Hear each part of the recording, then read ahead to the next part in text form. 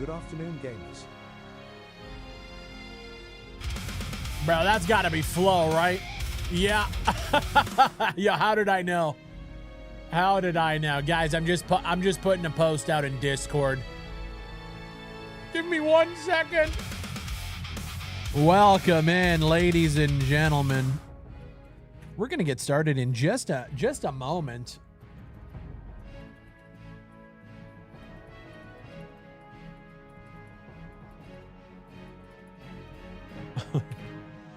Good afternoon, gamers. Holy shit. Welcome in, y'all. Get comfortable. Pull up a chair. I gotta move some stuff to my other monitor. And then that post just went out. We're good to go there. Let me kill this real quick. Guys, it's getting a little insane out here on the interwebs. I don't know what the fuck's going on, but I feel like the gaming industry has gone to shit. Flow Beatbox, 78 months. Welcome back, brother. Good to see you. That's the co-founder of Resurgent Games, by the way. I don't know if you guys knew who that was, but that's Flow Beatbox. Practical Shadow Demon, 3 months. Welcome back, dude. Good to see you. Ghost Sector in the building. What's up? What's up, dude? Coatic, what up? Yo, Coatic, I've been waiting to see you in chat. So I sent you out the Big Fry gift pack, and I got a return to sender. I'm not sure what the fuck's going on there, but it just came back. I just got it the other day. I've been waiting to see you. How are you? Welcome in. Thank you for the 25 months. I got to get that out to you. Even though the rebrand happened, maybe we wait on that and I'll get you one when we get the new stuff. Practical Shadow Demon gifting 2 subs to General of Freedom and Mime to Men. Welcome in. Practical, thank you for the 2 gifted. Baba Ganoush. Moderator Ganoush in the building. 97 months. Sheesh. What is up, dude? Welcome in, guys. Welcome in. Listen, if you're out here on the YouTube side of things, make sure you leave a like on the stream. It helps out the channel. And if you guys are over here on Twitch or Kick or X or wherever else, God, I hope it's not X. That platform is fucking nuts, dude. That platform is nuts. We got all the crazies out today. Welcome in. Today we're going to talk about a couple of things. Let me get it cued and skewed here. Ladies and gentlemen, good to see you. Hi. How are ya? As always, my name is Big Fry. Welcome to the show. Frosty, 85 months in the building. Before we get into the fucking shit today, my God, Practical Shadow gifting a sub to Wittrick. Let's give some love to the boys with the resubs, the gifted subs and all that. It's good to see everybody. Listen, I've been on the grind this week. We've been putting out videos. We've been doing podcasts. I've recorded 2 podcasts this week. One is available now on Patreon. We interviewed Joe Brammer and Mark Penny from Bulkhead about War Dogs, and we got down to the nitty. Let me open up my Twitter profile here because right here, here's the clip. Here's the intro to the podcast. It's available now on Patreon. It's going live for everybody tomorrow. Check this shit out. Brammer, executive producer over at Bulkhead, and Mark, who's the senior game director on War Dogs and CFO of Bulkhead. I'm going out on a limb here saying these guys are really, really busy with the game launching into early access September 10th very soon. I wish I could give straight answers to everything here. Yeah, this is a scary topic. I know everyone wants that to be our fault, and we do take responsibility for that. Time was a bunch of kids who fucked up. There was a bunch of fucking adults around us saying, we won't pay you any money, go out there, You make our careers better. We'll get promotions, and they were pushing us to do this stuff. The second it went bad, they just fucking left. So I'll give you a little drop here. One of the first things we're gonna add to War Dogs is Oh, what a bait. Woo! Listen, it was a great fucking show. That's going out publicly tomorrow. That's what I've been up to this week, bro. I've been making videos. I've been editing fucking podcasts. We have an interview next week with M7 Productions. Fucking Blackwood. We're talking about some stuff there. We get into that. There's just a lot going on. Reeling me in. What up, Danny? What's up, boys? How's everybody doing today? Hold on. Where is everybody? Let me go here on the YouTube side as well. Hey, let me mute this real quick. Okay, YouTube, don't fuck me right now. Thank you. Is War Dogs here today? I thought tomorrow. War Dogs is tomorrow, as far as I'm aware. So they put a tweet out right here. Servers will be live tomorrow, Friday. My time, it's 11 a.m., so that's 1 p.m. Eastern tomorrow. We're going to be live with War Dogs. God damn, dude. I'm itching.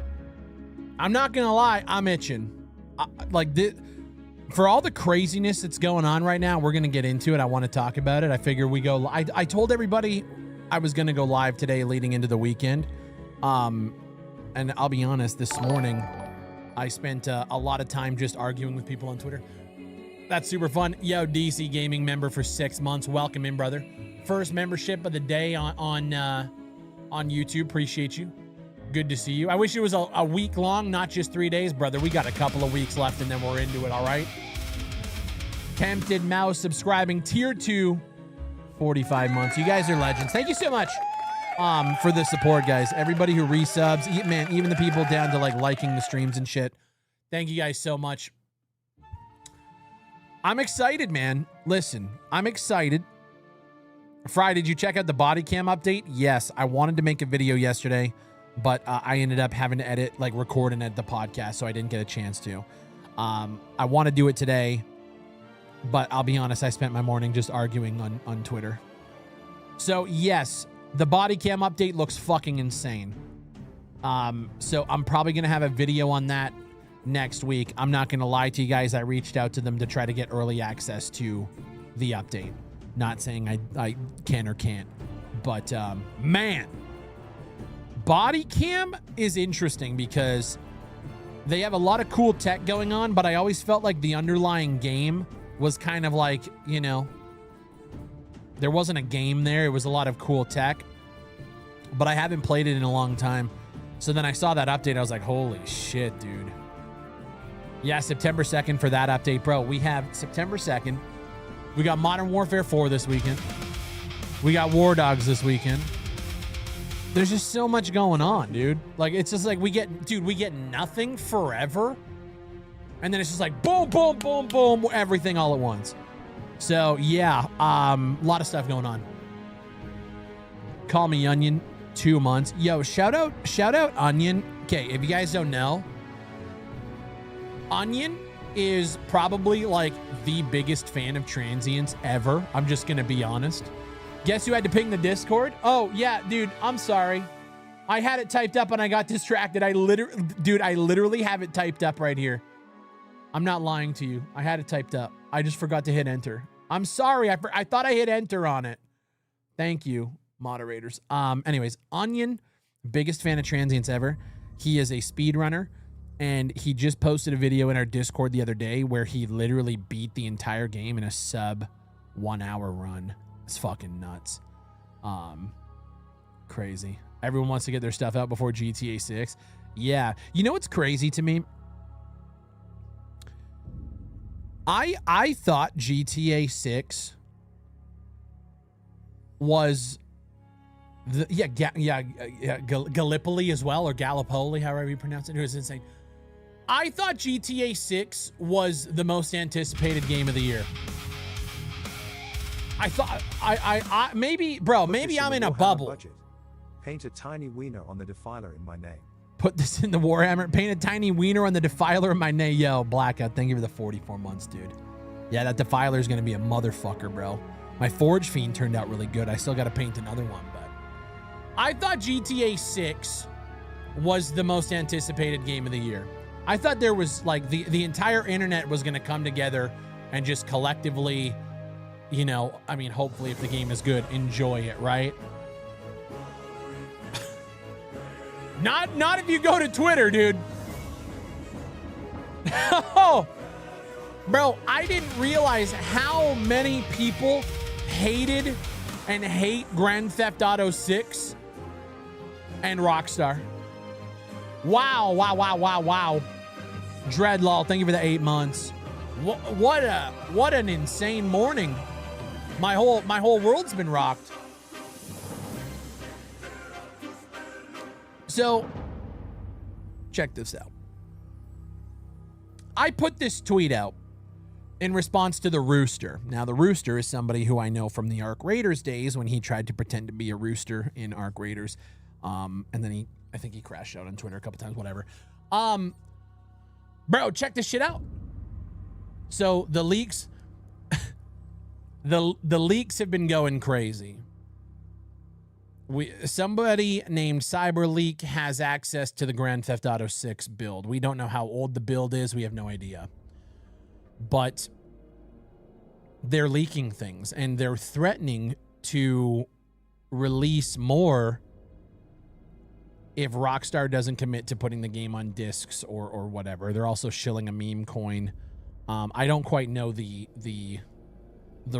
full reason for why they're doing it. Whatever. Internet clout, whatever. So I put this tweet out and I literally said, not even realizing that there's humans who put blood, sweat, and tears into Grand Theft Auto to make art. You know, I get it. You wanna shit on millionaires and billionaires and billion-dollar companies, but I also do feel like people forget that there are humans that are working on this that probably have no, let's say you're upset about the digital only. The people making the decisions on the creative and the design and stuff like that, they're probably not calling for that, And so it was kind of just like that sucks that like these people that have been working on the game for the last however many years, their stuff is, there's stuff like there's stuff being leaked out that is being shown A, out of context, B, the quality is terrible in terms of like the visuals, like the actual resolution of the videos. The coloring is weird. I think some of them was recorded in HDR and encoded improper. So and it's just being flaunted for the world to see, and it sucks. Like that sucks. Nobody, yeah, exactly. Nobody just wants and so I put the tweet out there. I was just like, nobody wants that to happen. Like I get it. Like rah, bad corporations. Like I get it. I totally understand it. But it sucks for all the people that have been putting in a lot of fucking work. And man, let me tell you, bro, this tweet apparently is not the general sentiment on Twitter. This is what happens when you make bad decisions. The devs got paid what they got paid to do the work. The leadership gets to pay the price, because that's what happens when you make retarded decisions. What those retarded decisions are, I don't know. I'm seeing people that are upset about the Netflix exclusivity for the trailer stuff next week. So I've seen that. Basically what's happening is Grand Theft Auto is doing like a showcase on Netflix, and then there's a 6-hour exclusivity, and then it goes to YouTube. I've seen that. People are upset about that. Yeah, the leadership is going to be the ones let go. Yeah. You do understand that every single corporation has people working for them. So how does going against these billionaires work then if you're not willing to boycott them at least? It's insane. Big Fry is a corpo shill, guys. Holy fuck. The poor $1 billion scummy company. I'm a corpo shill. People really think devs out here are like Picasso with a paintbrush. There are thousands of devs all working in tiny little segments of the game. It's not their baby. It's a corporate product.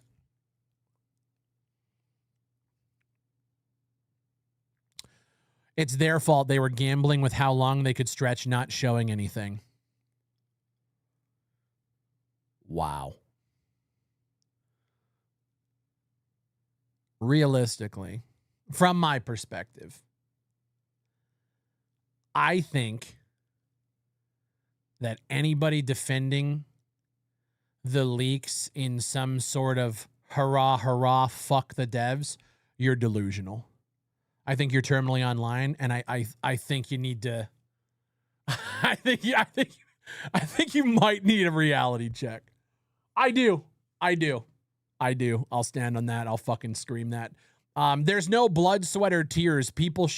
I've been seeing this sentiment shared a lot. There are no blood, sweat, or tears. People show up at a job, they do their job, and they go home. Acting like GTA 6 is an indie passion project is an insane take. These people have never created anything in their lives in a collaborative setting. They just haven't. They haven't. They have no idea. They have zero clue. They think they go in, clock in, hit the little time card, go to their desk and drone out for 9 hours like these people do when they go to their 9 to 5s. That's what they think it is. It's insane. It's crazy, bro. So yeah, but dude, it's crazy. It's who the fuck cares? I used to work at a software company that had a few leaks during my tenure. I was not affected, couldn't give a fuck. I was still paid my good salary, still had all my benefits. They fired the people who were compromised for not practicing good InfoSec. So, I mean, that's a great example of somebody in the software sect dealing with leaks. And granted, in this case, I don't know who this is. I don't know what company you worked for, but I find it funny that when it comes to the games industry, people will find out who the developers are and send them messages and emails and DMs and harass the shit out of them when they don't like them or they don't like the product that they worked on. It's insane, man. GTA 6 getting a 10 of hate. I guess for me, I'm a little bit I'm eye-opened to this side of the I don't want to say the community because it's not a community, but to this side of the internet, I didn't realize that there was this much disdain for Rockstar, if I can be honest with you. And from what I'm seeing, the excuse, a lot of it comes down to people just being impatient. It's performative hate. Yeah, I think for this one, it's shit, man. It feels a little performative. But I'm trying to I don't know. I don't know where it's coming from. GTA 6 plane video looks enormous. I haven't seen the plane video yet. It's popular to hate Rockstar now. Apparently, I didn't know that. We all know what the sentiment would be if this happened to Larian. That's really the end of the story. Wait, what do you mean, Frosty? Break that down. Wait, we all know what the sentiment would be if this happened to Larian. That's really the end of the story. So are you saying that if it was Larian, people would treat it differently? Daily reminder that none of this matters. People will still buy the game and will still sell billions. Yeah, that's... Yeah, that's where I'm at. It's just Grand Theft. I guess for me, it's crazy to see so much hate for something that I know is going to break every record imaginable, It's insane. My brother in Christ, the devs get paid regardless. Right here. This is the one that I was just okay, these people are fucking retarded. Trust me, in game design, you don't actually care as much as you think about the product you make. Trust me, guys. Trust me, guys. In game dev, you don't genuinely care as much as people think you do. This person said that with a straight face. He tweeted that.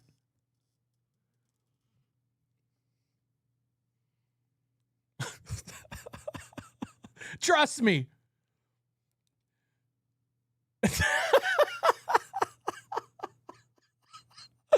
I saw that one. I was like, holy fuck. You guys are you have no fucking idea. I mean, let's be real. Most of the blue checks on Twitter just do it for the engagement. Oh, I agree. This motherfucker, dude, he doesn't have a blue check at all. This guy's acting retarded for the love of the game. You know what I mean? A lot of these people are. Whining and crying because the most Israeli game of the decade got leaked on the timeline is crazy work. What does that even mean? Oh, there's a flag in their name. I don't even care. What does that even mean? The most Israeli game ever. Yeah, bro. It's literal hate. It's hate rot. It's like it's hate rot. It's people just saying anything. It's just, they're saying anything. Yeah. So I saw this morning. I was like, well, this morning and yesterday, I was like, holy fucking shit. The game was going to kill gaming as a whole. Also, devs are fine. Grand Theft Auto 6 was going to kill gaming as a whole.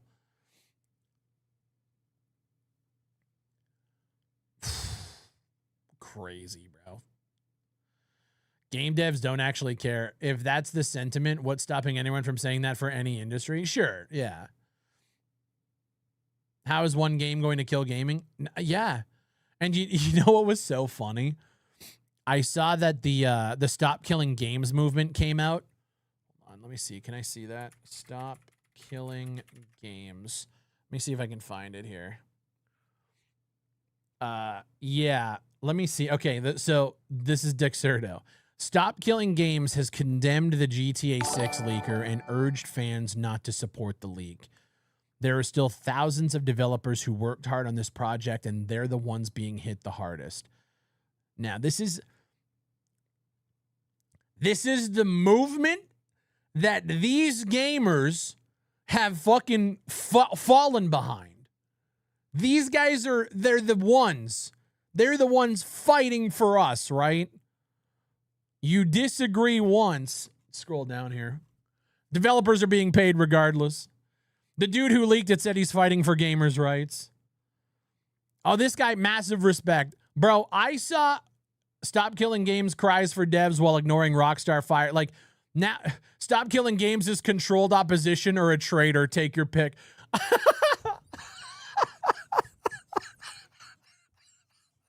It's all fucking fake. It's all fake. Ghost Text, thank you for the $10 super. He says a lot of this anxiety was based on a misunderstanding of release windows. With all of the Rockstar on Red Dead Redemption 2 online and the internal overhaul, there's no way we were getting a 5-year gap max between GTAs. I don't think there's a misunderstanding of release windows at all. I think things get delayed because they want to put the game out in the best spot possible, maybe. I don't know. Prepaid purchasers have the right to see what they've purchased. Now, if we're talking about the fact that they opened up pre-orders without actually showing gameplay, yeah, I think that's weird.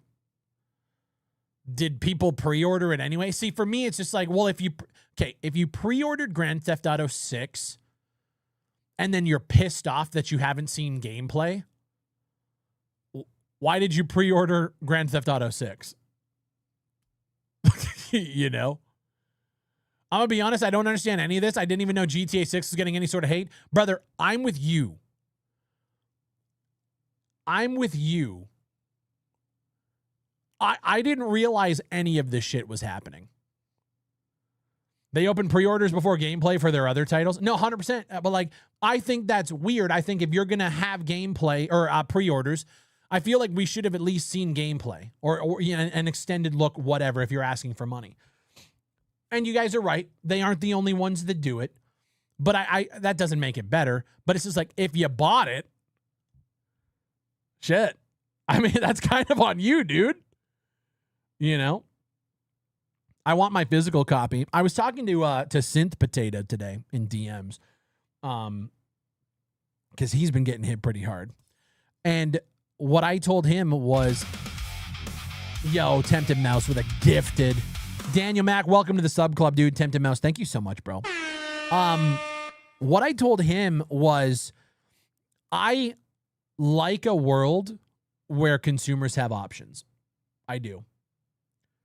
I like a world where if you want to buy it on digital, you can. If you want to get it on physical, you can.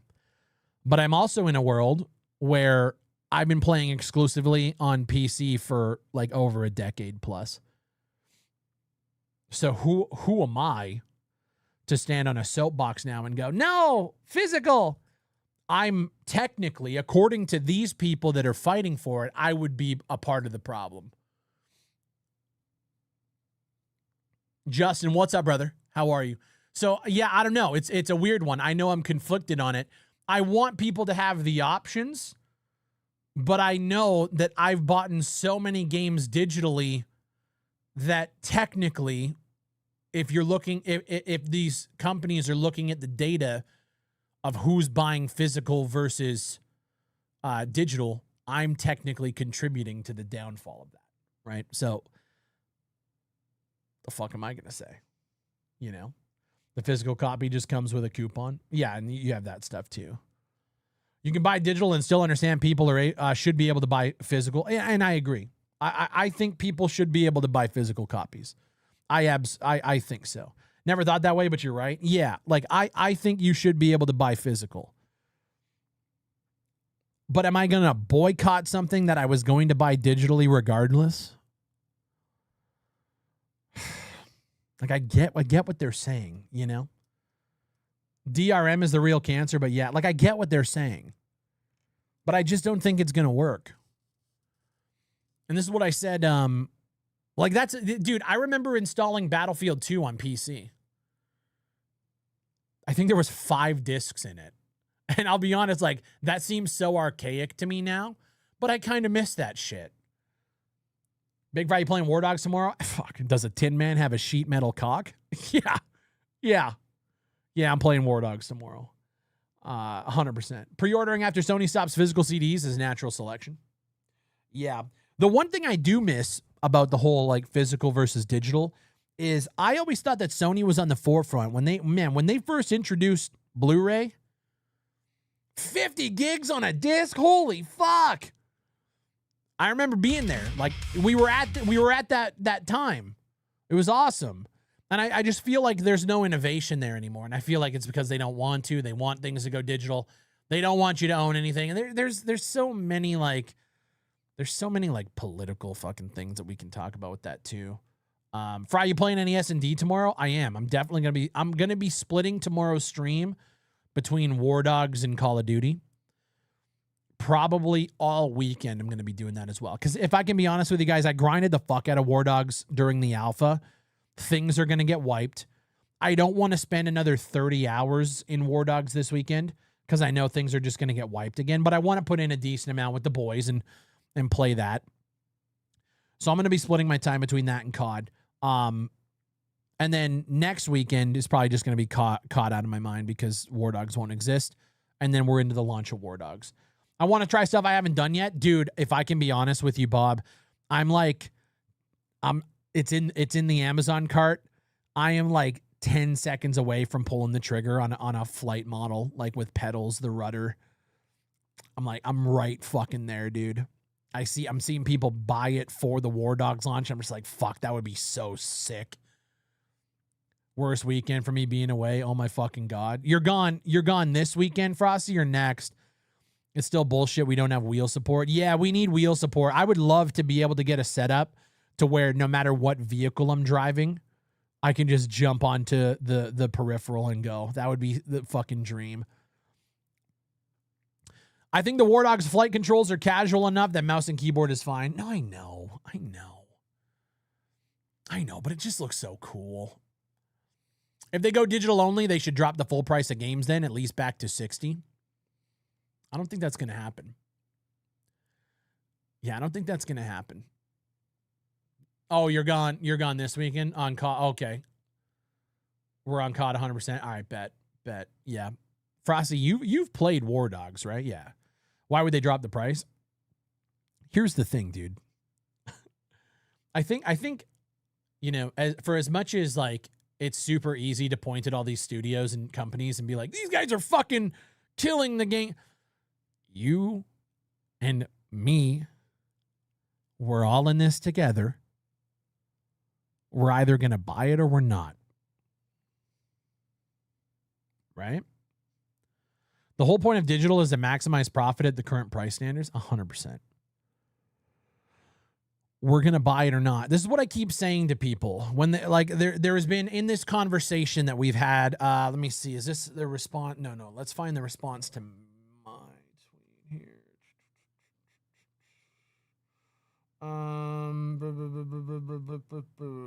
Where is it? I don't know if I'll be able to find it. Right here.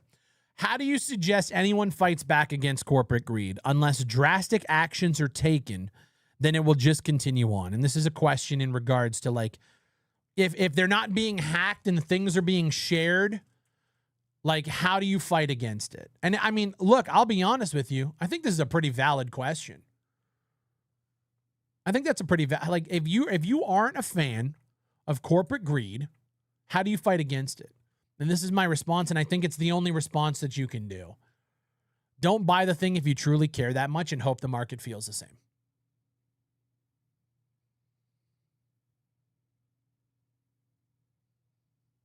You have to vote with your money. Here's the thing, and I'm not even calling for a boycott. You literally, the only thing that matters. Yeah, but the people are retarded. Yeah. And I think, you know, a couple of streams ago, somebody came in and they said, like, I can't believe that Fry is siding with the corporations. I think I'm so much like anti-big corp forcing things down our throat. But I think I'm way more anti-gamer than I was like 6-7 years ago. I'm way more pro-market.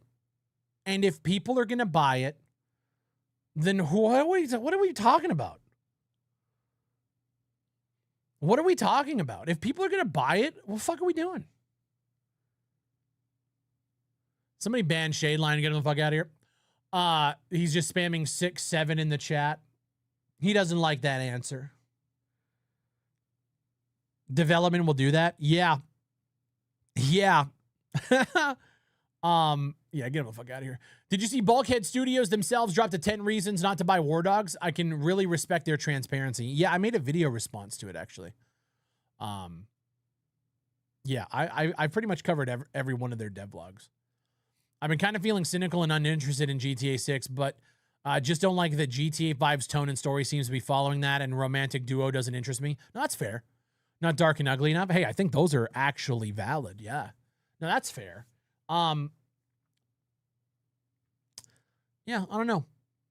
The reality is that people are going to cry and complain and still buy the game. That's the reality of it. And that's why, like, it's so the title of the stream is It's Getting Crazy Out Here. And it is, it's toxic out here. But let me tell you, none of this shit matters. Call Me Onion found a new Out of Bounds. The guy's insane.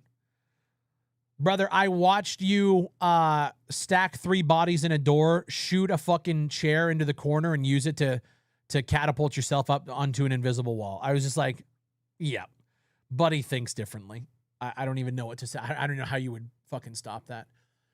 I just want GTA Story DLC. I was never a fan of GTA 5's multiplayer. That's fair. See, I think that's a valid one. Bro, I would love, like, side expansion content with other stories, other characters. Like, fuck yeah, go the fuck in with that stuff. We didn't really get that with GTA 5. But yeah, I really think the only way that you fight against this shit now is hope to fuck that the market pushback is against it. Because my thing is, like, for these studios that are like, I don't know how much Rockstar spent on Grand Theft Auto, but it's in the billions, right? It's got to be 2 billion, right? If there's money on the table, of course they're going to go for it. And if people are going to pay for it, you know, why the fuck wouldn't you? I wouldn't be surprised if GTA 6 Online is a separate install for free and they just make their bank off shark cards and whatever else. Not gonna lie. I mean, that's probably exactly what's going to happen.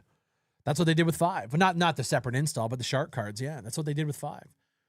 If there's one thing that, like, Grand Theft Auto does well is make money. You know what I mean? If you're able to drop hundreds of hours into a game, then I don't understand why anyone would feel robbed for paying the modern full price. I dropped around $200 to play Tarkov and I got 2,000 hours. My response, and I've talked about this to death. My response whenever I hear somebody go the dollar per hour thing, if I don't get $1 per hour out of the game, it's not worth it to me. I go, okay, that's fair.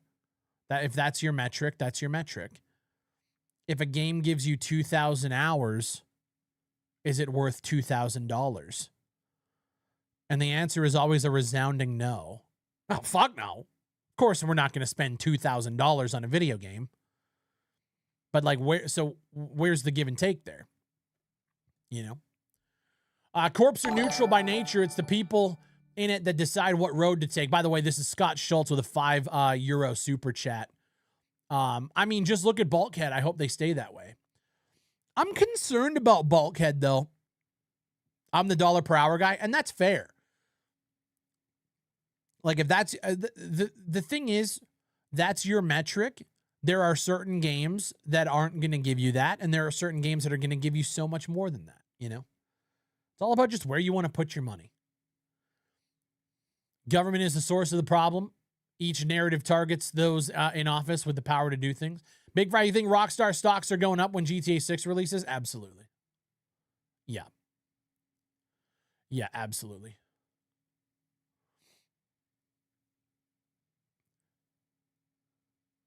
I doubt online will be free because they're already charging for additional content via the Ultimate Edition. No, I think the online is going to be free and microtransaction out the fucking ass. Yeah. The amount of people coming at your neck an X for GTA, and I thought I had a pretty tame take.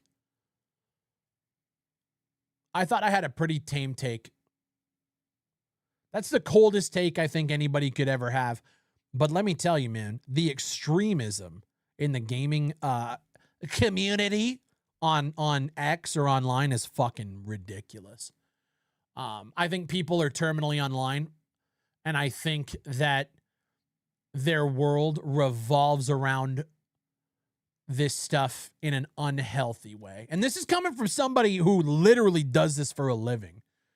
I think you need to fucking take a step back and actually look at what's going on. That's just me. I think in terms of Bulkhead, I think Bulkhead's business. I'm going to tell you guys this. If you were into like the business side of discussions, the finances, the breakdowns, the do you need microtransactions to support like online game, whatever. I think you guys really should listen to the podcast tomorrow when it comes on YouTube. We literally sat down with Joe and Mark, who is their like CFO. And we broke down, shout out to Crash, by the way, he's in the Twitch chat. Him and I they all broke down the actual cost that goes into developing and maintaining a game as massive as War Dogs and just how razor thin the margins are. And so I let them do their spiel about like how much the publisher takes, how much the bank takes, how much taxes are, all that stuff. And it's fucking crazy how little is actually hitting Bulkhead's like wallet once everybody else gets their piece of the pie. And so then my answer is I asked him, okay, do you think it was a smart decision to then kind of back yourself into a corner by telling everybody you're never going to monetize the game in early access? And I think his answer on skins is a little short-sighted. I'm just going to be honest. But we'll see. I mean, we'll see. I think it's scary. I think their plan is, obviously, what did they say? 2 years in early access. And listen, they're transparent. They're open. When the game comes out of early access, because that's the big caveat that I think people are going to freak out. Because what's going to happen is they're going to exit early access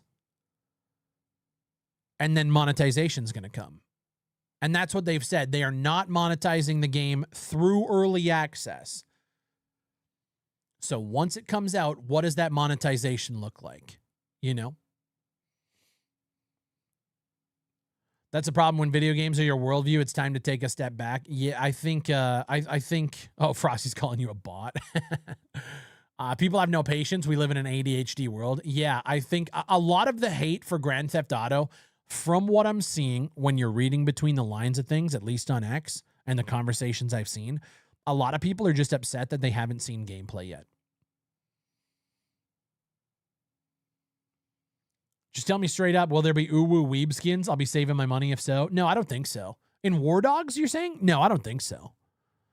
No, they've said that they're never monetizing skins, right? But there is going to be monetization after early access is done. People don't understand that making a game costs money, a lot of money. I think I said this the other day. I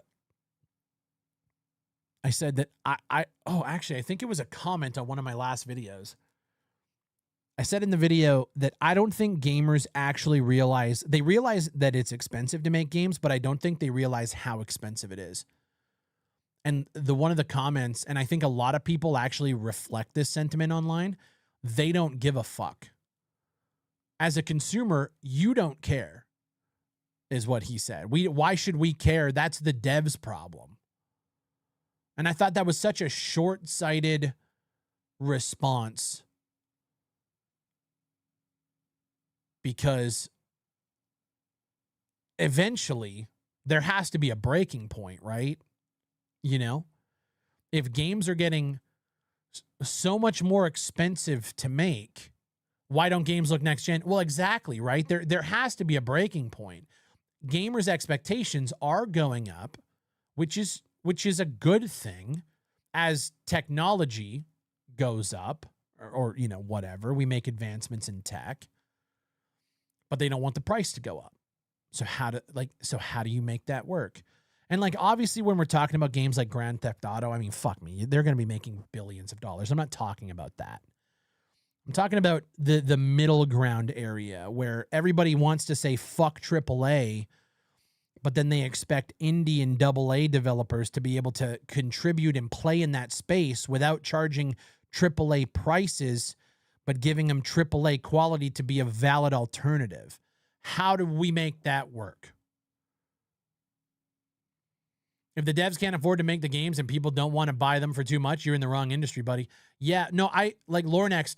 I agree that's the tried and true answer. That's the bottom line. But I how do we make it work? Don't have 5K employees for a single Call of Duty? Okay. So cut the bloat. Sure. AI. Yeah, that's a conversation I don't think people want to have. Yeah, the AI is a good answer. Unless you're into World of Warcraft, probably have spent thousands on subscriptions to the point it's $1 per hour.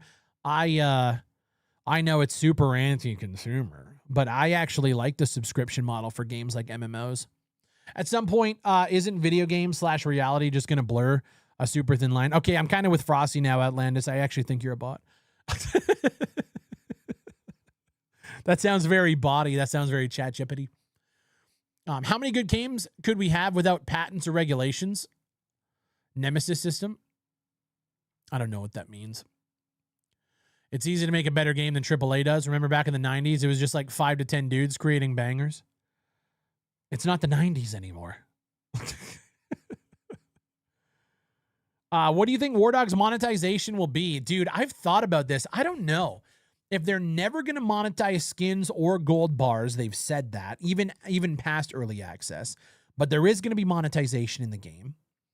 I don't know. Like, for me, I wouldn't mind if they had some sort of cosmetic, like the bobblehead thing they're doing. I think that's cool. Would they sell those and you could buy, like, I don't know if that, it's not a good like business model to hang on. I don't know. I saw that the game Internal Conflict that they admit to being made with AI. Sadly, it's turning more widespread and the tech is only getting crazier. AI is coming. AI is coming. Don't get it twisted. Most of the dev teams that you see nowadays are utilizing AI in some capacity. Server rental. So would they be the ones hosting the servers? They spool them up for you. I mean, maybe. I don't know if that's a good enough business model. I don't know if the margins are good enough to build off that. I don't know. And truth be told, I think selling servers is only good for the 1%, right? The people that are going to buy the servers, like the ratio of like how many people would buy to how many people would use. I don't know.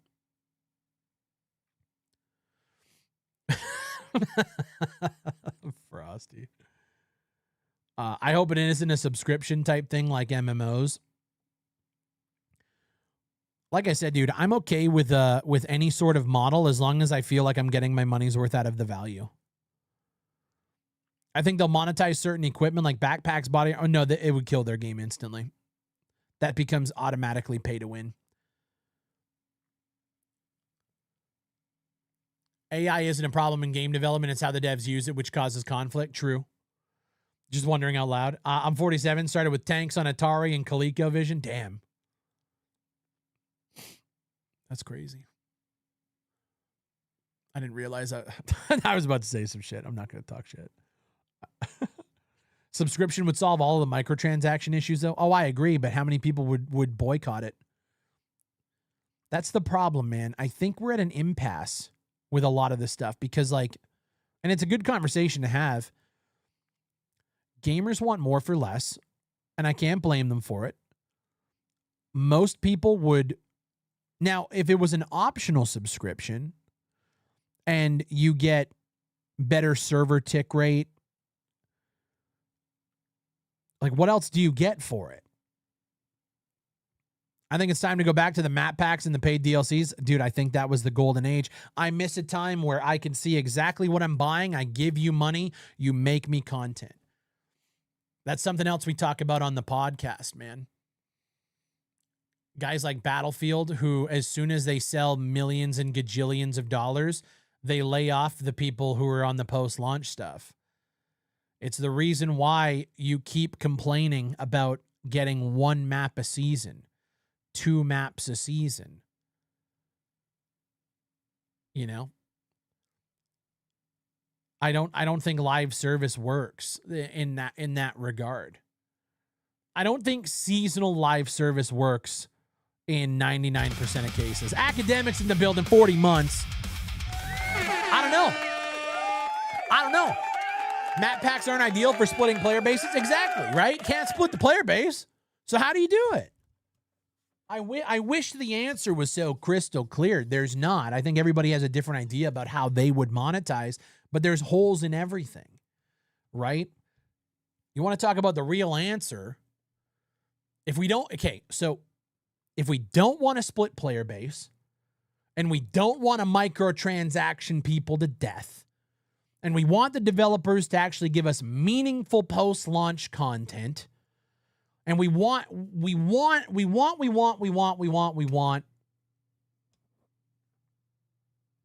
How do you do it? How do you do it? Maylite, what's up, dude? Thank you for the 7 months, bro. Welcome back. Yo, Fry, sorry if you've already covered it, but what do you think of the recent Bodycam dev diary? Yeah, so I'm gonna have a video next week on body cam. But the dev diary was nuts. It blew my mind. The way that they're, I so want to see their tooling for their animations. It looks so nuts. The drone shit looks crazy. I love the calm versus like stress states. The amount they're paying for animations has got to be insane. It looks really cool. Do you know how insane it is that we got 5 DLC packs in 11 months with Battlefield 4? Yeah, that's insane. And we paid for each one of them. And I think there's merit and value in spending money for content. Because from the publisher perspective,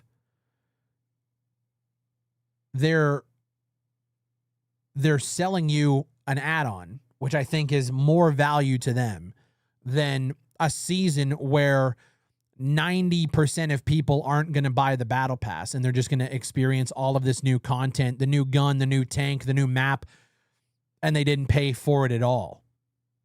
Right now, I think most dev teams aren't incentivized to do post-launch content.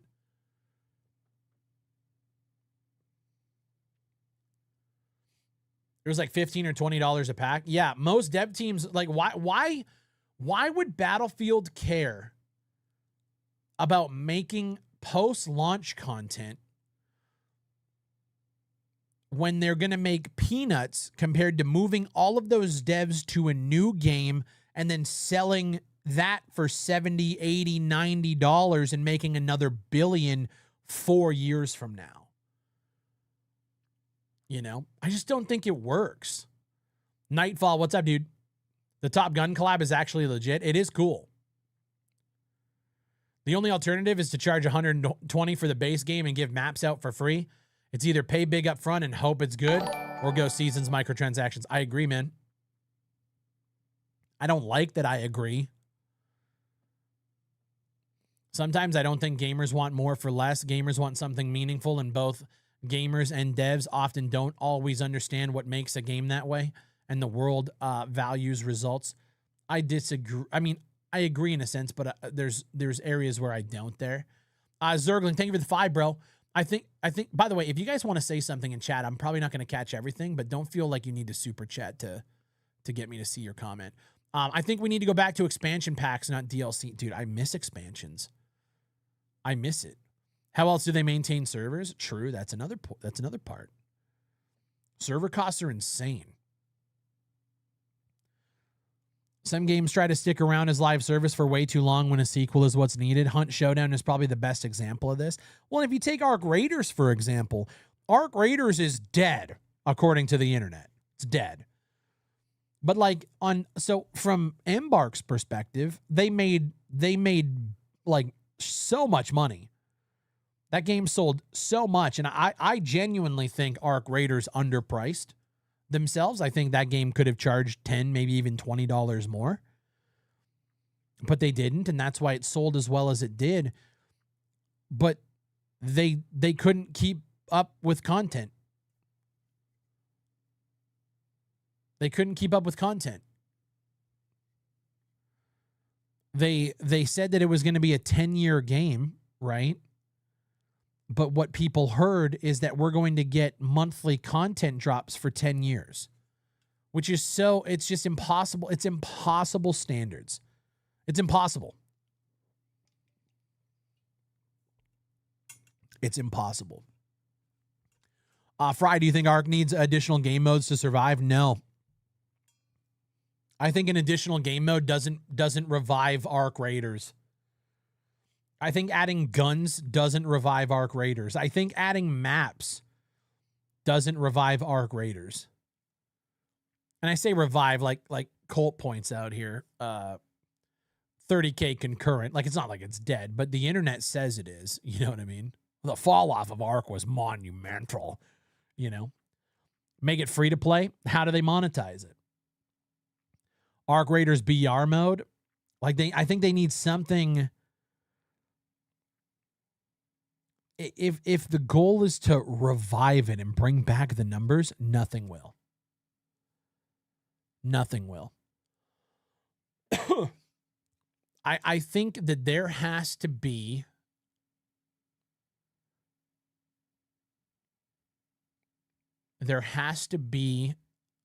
a moment in time for games to thrive, and they did that. I don't think Arc Raiders, and I hate that they kind of painted themselves into a wall with it. I don't think Arc Raiders needed to be a 10-year game. I think Arc Raiders did what it set out to do, and they priced themselves cheaper than they should have, so we got a good deal on a game. I feel like that game needed more depth and content. Yeah, if the goal is to keep it around forever, sure, of course. But if that game needs more depth, so they need more mechanics, they need more systems, they need more dev time, they need more money, so now that game's not 39, it's 49, it's 59, it's, you know. Not every game needs to be a 10-year game. Yeah, I really think that's just what we kind of got to start, like, accepting too. Gamers really like familiarity. Like, it can't be the answer. Guys, why do you think Counter-Strike is still the top shooter on Steam? They were a breath of fresh air and it was great. Let's just accept. Exactly. Why is Counter-Strike the biggest fucking game on Steam? They don't bring any new content to the table. It's not like they're dropping maps every month. Right? People are still fucking playing Dust 2. Why does that game, like, why? Why does that game hit like crack? Because it's depth? Is it? I think Counter-Strike is one of the most simple shooters to get into, but it's so incredibly hard to master. Maybe that's it. Like, the skill gap in that game is fucking insane, right? Zergling Rush with a $5 super. I think Ark needs a huge persistent map that you can go in and out and not just an extraction. Also, I'll give you money if I want to, mister. Well, thank you. I don't think that's enough for it, personally. High skill ceiling. Yeah, no, it is. Like Rocket League. But, like, okay. I think Rainbow Six has a pretty high skill ceiling. Community old school feel. I think Rainbow Six has a pretty big community old school feel to it. CS is engraved into PC gaming culture to such an insane level. So you think it's just a culture thing keeping people around? CSU also has a ton of bots, which also bloat the player numbers. You think so? Rainbow Six has operators, which people hate. Gotcha. CS is easier to understand. CS is easy to understand, but hard to master. Yeah, I think so then it's not all about content, right? What do you think of the next Siege season? I think it looks pretty cool. I finished the battle pass in this one. Got to gold. Felt good about that. And then I just got busy with other shit and I just haven't been able to play. But I'm excited for the new one. Rainbow Six needs a sequel rather than keeping the same game alive for decades. Interesting take. Interesting take. I agree with that take, by the way. What are your favorite non-shooter titles? Non-shooter titles right now? So I played a little game called Roamstead. I think that's a pretty fun game. Non-shooter titles. What am I playing? I picked up Pokemon ZA. That game has some things I don't like, but man, that's pretty fun. It's a good game. Digging that. How would they do a new one though? I think they start fresh. I think a sequel for Rainbow Six would go hard as fuck. I played ZA, it was great. Yeah, I'm not a fan of how shitty the world looks. Like, I feel like Game Freak and like the Pokemon Company and Nintendo could do an incredible job if they put like any amount of effort into the world of it. But I did really enjoy, or I am really enjoying the mechanics of the actual like dynamic fighting. It's pretty cool. It's pretty easy though, I think. But I think if you do a sequel for Rainbow Six Siege, they need to make a brand new engine from scratch. I agree. Yeah, I wouldn't want a sequel on a same engine or even the same branch of an engine. I want a fucking huge upgrade. Absolutely. I think Rainbow Six, it's fun, but I think it feels dated. And I think if they came out and said, look, what was the number of operators that was it 120 operators they wanted to do for Rainbow Six? It's too much. It's too much to balance, and I don't trust Ubisoft to be able to do it if they got to 120 ops. I just like a new upgraded engine, man. Like when you saw the Delta Force Black Ice skins and just how good like the Delta Force Rainbow Six stuff looked compared to Rainbow Six themselves, it was just like, man, you have Tencent doing a better job of making your assets than like they're doing a better job than you are. What are we doing here? It needs a fresh coat of paint, I think. And I think if they can dial back and start fresh with the operator focus and instead create a much smoother pipeline for, new maps, figure out what's going on with Hostage and just start fresh. I would love to see that.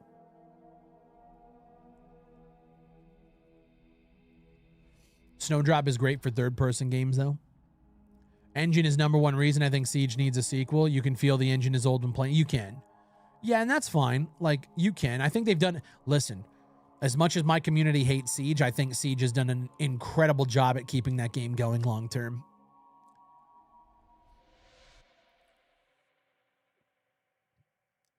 Always thought the Caliber operators look sick. I want Caliber without the operator gameplay.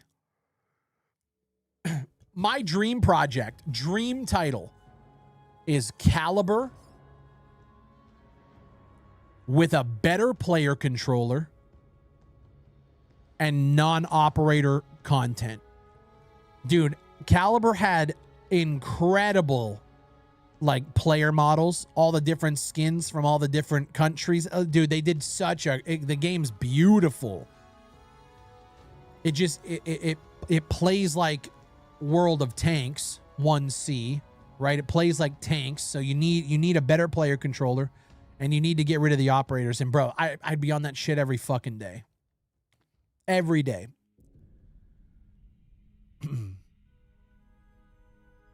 Didn't they add first person to Yeah, they did. It wasn't great though. Have you played any MMOs nowadays? Bro, the last time I played an MMO was a few months ago with Burning Crusade Classic. I just don't have time. I really don't, but I want to. Dude, I'm still just like itching for World of Warcraft. I just don't have the time. I've been going back and playing old Pokemon games I never had. Just beat Emerald last night. Oh, dude, speaking of which, actually, let me look here. Hold on, guys. Wait a Dosh Garn second here. A Dosh Garn second. Hold on a second. I ordered something. Was it from Game Gear? Oh, I'm not going to be able to find it now in my emails. But so, here it is. I found it. Let me track this order. So, I discovered the other day, somebody was selling on Facebook Marketplace. They were selling a Game Boy Advance, and they had a copy of this game called Pokemon Unbound. I'm like, what the fuck is Pokemon Unbound? And so apparently there's a whole game. So I'm gonna pull this up here. Experience the ultimate Game Boy Advance Pokemon adventure. It's widely considered one of the best and most ambitious fan-made Pokemon games ever created, featuring a brand new story set in the Boreas region. This enhanced GBA adventure brings hundreds of Pokemon across generations, updated battle mechanics, new ability, blah, blah, blah. So, and they actually put it on a fucking cartridge. That's sick as fuck. I didn't even know that was a thing. So I have an Analog Pocket. And so I ordered the cartridge. It should be here this week. So I'm going to try that. A brand new fucking, just a brand new Pokemon game. There's a Pokemon mod that makes it first person. Oh, I know. I have them all saved on Instagram. Dude, I want to set that up so bad. Yeah, it looks so good. What is it? The what the fuck's it called? Pokemon Remod or something like that? Oh my God, it looks so sick. Dude, I'll be honest, that's one of those games that I would just love to like chill and stream for hours on end. I love like OG Pokemon. Gen 1 comp. Yeah. I would love to just stream it. I don't know how many people would come in for something like that. But dude, I would love to just sit there and just chill, vibe, and stream Pokemon. Yeah, super sick. Bigsy, thank you for the 3 months. Welcome in. How are you today?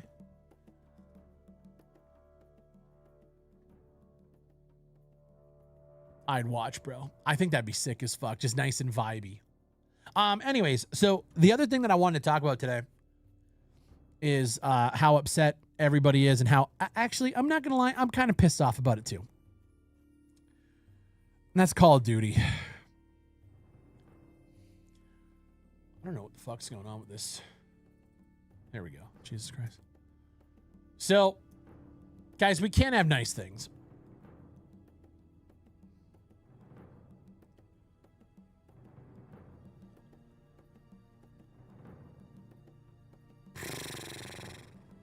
Noober, what up, bro? First time catching one of these streams. Used to watch your reviews on... Used to? What the hell? What do you mean? I'm 40 days cigarette free. Let's fucking go, baby. Put them Marlboros to the side. We can't have nice things.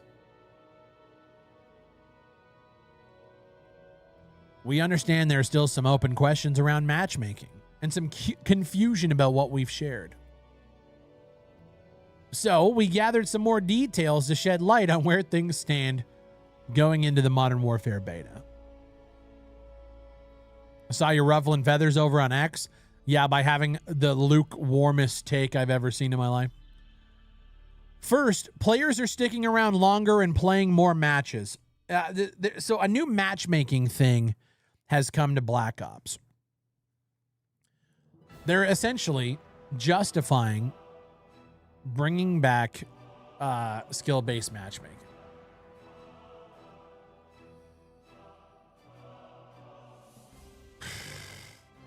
Since Season 5, quit rates are down across every skill group. For more than half the players, they dropped 41%.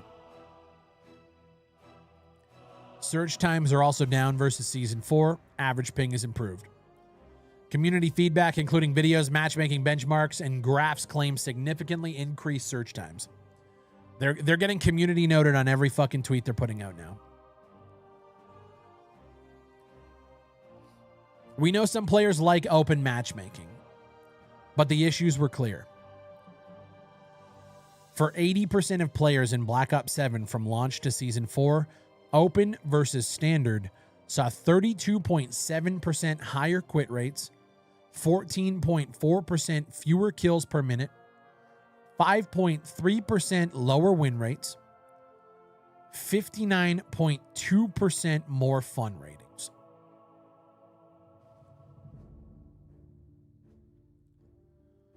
On Nuketown 24/7, quit rates jumped 141%. Our most competitive players were leaving 1 in every 3 matches. Quit rates skyrocketed, and it was disruptive across every skill group.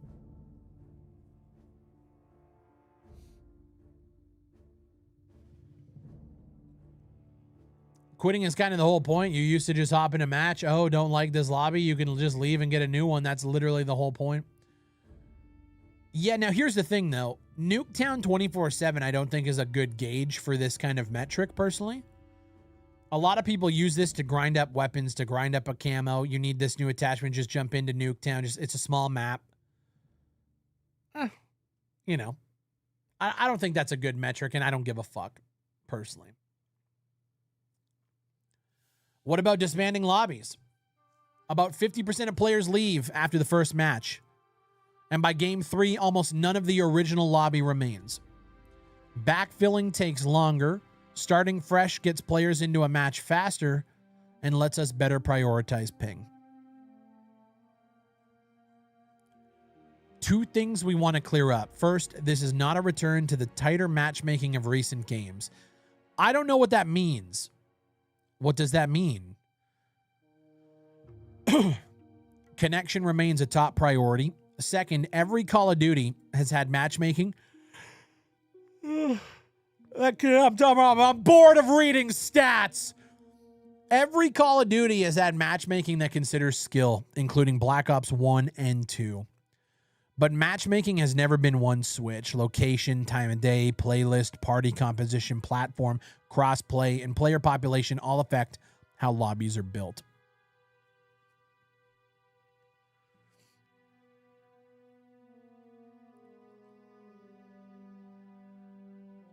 I don't know anything about Black Ops 7. I didn't buy it. I haven't played a single second of it. In an ideal world, COD games would just have campaigns. They would be longer, better quality, and more realistic. In an ideal world, there would be no PvP multiplayer in Call of Duty. That's a hot take. Do most people even care? Is the removal of skill-based matchmaking going to actually get people to buy it who weren't going to buy it to begin with? I think it's probably going to convert some people. So what happens next? The Modern Warfare 4 beta will use the new system. We'll also have open matchmaking available so we can keep learning from both. This is what Battlefield did when they did their beta, when they did the class restrictions versus not. And what I want to see is if they're going to hide open matchmaking to the corner where you have to scroll to get to it versus their normal, quote unquote, new matchmaking. Because then they're going to use those 2 metrics to go, well, more people were actually choosing to do our new matchmaking. And, and it's just going to be bullshit. What's up, Playa? What's up, Playa? What's up? You live right now?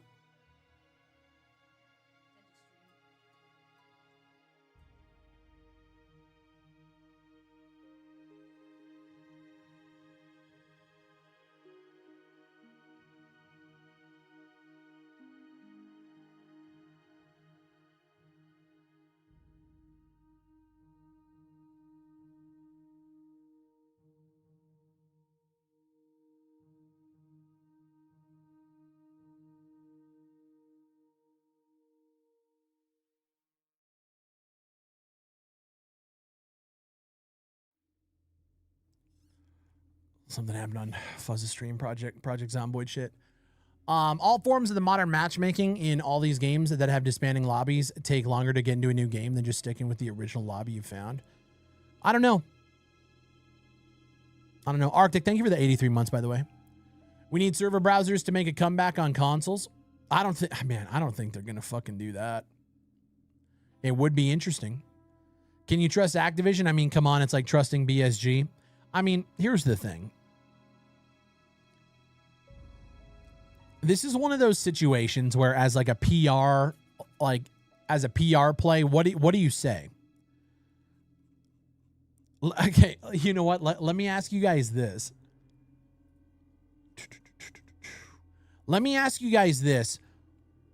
Just a yes or no question. Do you believe these stats? Like, do you believe the numbers? The numbers they're putting out, like, do you believe that there was 32.7% higher quit rates? I'm just going to put this out here. I'm just so curious. Yes or no? Spam it. I want to see. No, nope. No. Sasquatch says yes. Berlin says yes. A couple people saying yeah. Crash says yes. No. Probably skewed. I don't believe the numbers. The numbers are much higher. I think the number is higher. No. So the main problem is no matter what they say, nobody's going to believe them. I don't believe a word these people say. Exactly. Right? The numbers, Mason. Right. So, like, why even put this out? Because it's not going to matter. The only thing that people care about is the end result. The Modern Warfare beta will use the new system. We'll also have open matchmaking available so we can keep learning from both. Everybody already knows that the Modern Warfare launch will use the new system. None of this matters. Nobody believes them. I think they are cherry-picked in a misleading way. Oh, yeah. I mean, I think the stats are definitely skewed. But why do you think they're skewed? That would, like, let's dive in. Like, why do you think they would maybe not lie about the numbers, but why do you think they want this system versus just having open matchmaking, which is what people have been asking for years? Why do you think they do that? Do you think they have a reason to lie? That's what I'm saying. Like, why? So it's skewed in their favor. It's skewed in their interest, but why? Does skill-based matchmaking lead to more money for them? And if so, why? How? If the beta even shows the data saying we prefer open, it still wouldn't be the standard. No, exactly. Don't want to be proven wrong. They want to control players to keep engagement. But so let's take that as an example. So they want to control players to keep us engaged. But how do they do that? Skill-based matchmaking is tied to skin purchases. How? Like, I don't think it's as much they want to control players through engagement. I think it's they're looking at the data, and this new system is going to keep people engaged and playing longer. Is in their brain.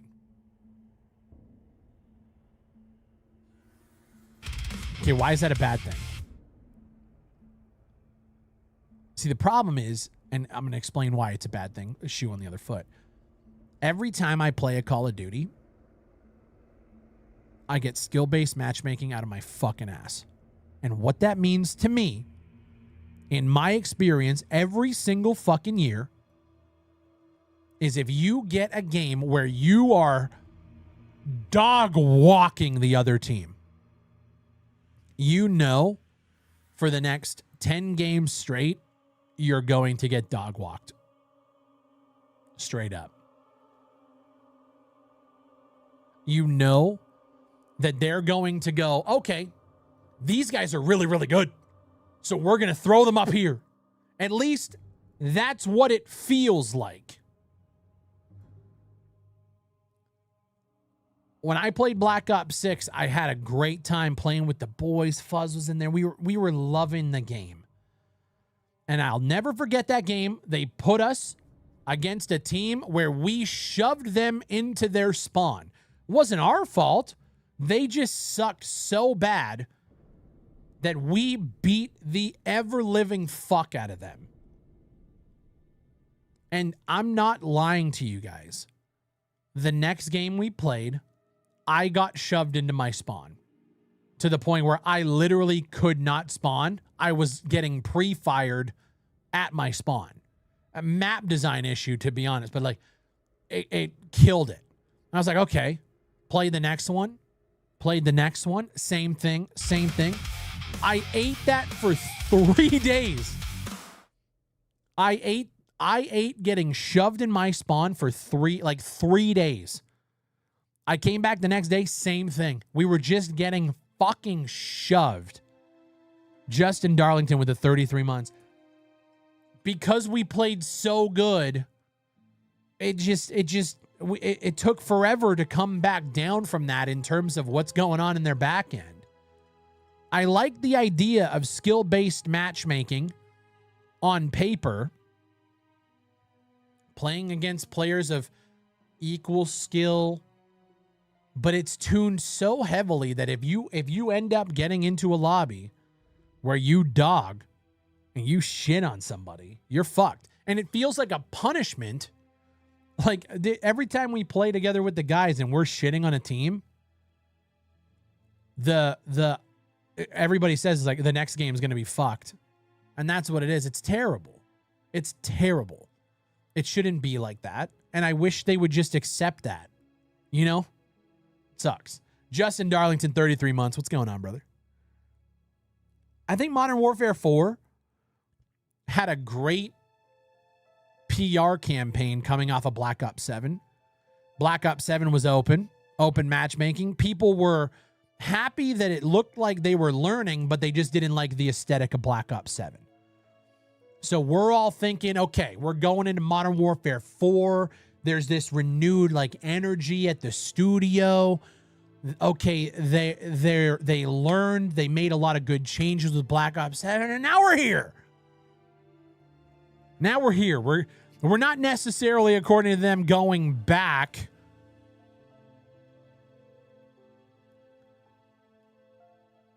We have this system that's kind of like a hybrid skill-based system. It's just like, we just can't have a good thing, dude. I can't make a video on Call of Duty and be like, dude, I'm having fun. This is good. Without just a million people going, fucking you sucks. Fuck you, shill ass bitch. You just can't have it. I thought we were close, but I think it's just going to be another year where people are just so fucking upset at Call of Duty. Again, I long for the day where we could have a Call of Duty launch where people are excited.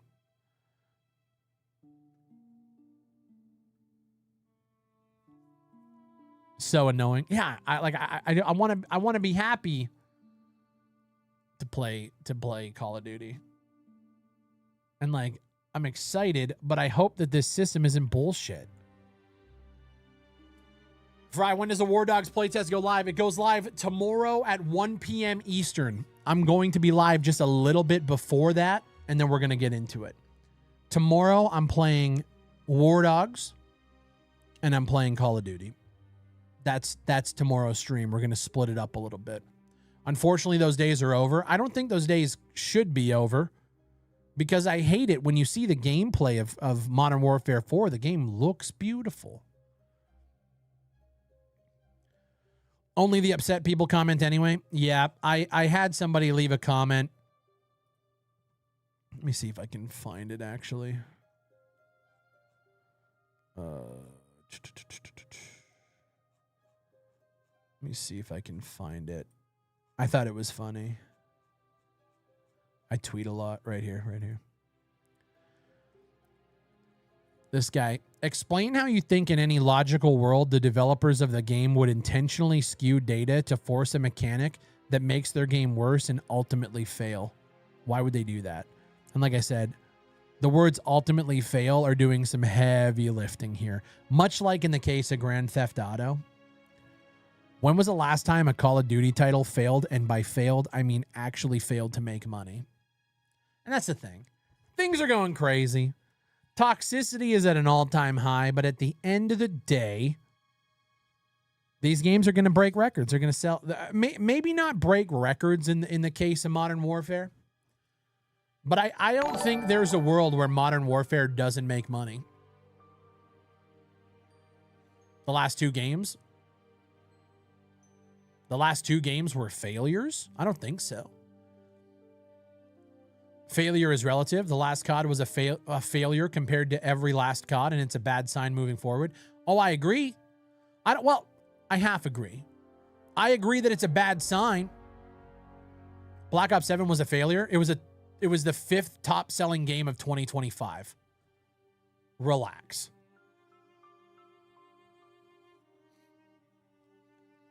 A blip on the uptrend? Absolutely. Yes. A failure? No.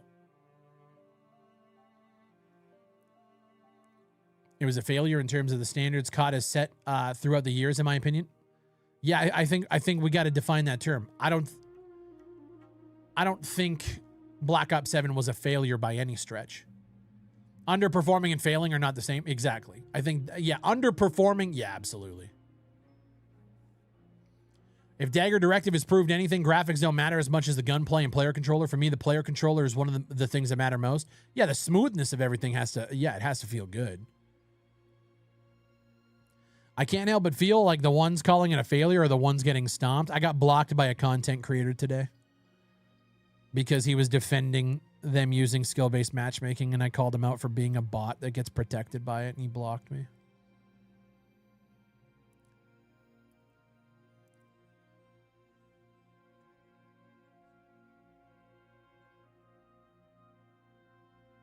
Okay, replace ultimately fail with ultimately perform worse than the game would perform with open matchmaking then. You understand the developers of the game want the game to have the most success, players, units sold, playtime as humanly possible, right? Yeah. So explain why they would force this mechanic that allegedly they know is harming their game. I mean, I think this guy's answering the question. Like, is it actually harming the game? To his point, devil's advocate, looking at the data, I would say that the only Call of Duty game that tried to do open matchmaking is the one that people say failed and is underperforming. What say you?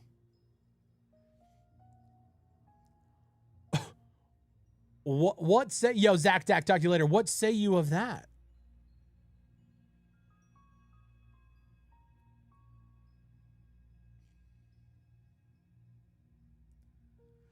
I got like 3 things I could say about that. I mean, that's when you talk about data skewing, right? Skill-based matchmaking is actually good for player retention. Every game that has it has said it. Yeah. I don't like it. But I also think I'm in that middle ground where I do believe, not to toot my own horn, I do believe that I'm an above average Call of Duty player. I'm not esports, but I think I'm above average, and I think those are the people that get fucked up the most. The ones who say that they don't feel skill-based matchmaking are the ones being protected by it. 0.8 plus is above average, yeah. I think I'm an above average player. Would it be so hard to create a mode without it? So apparently that's what they're doing. If I go back here. So apparently that's what they're doing, at least in the beta. The Modern Warfare beta will use the new system. We'll also have open matchmaking available so we can keep learning from both. I'm going to try both.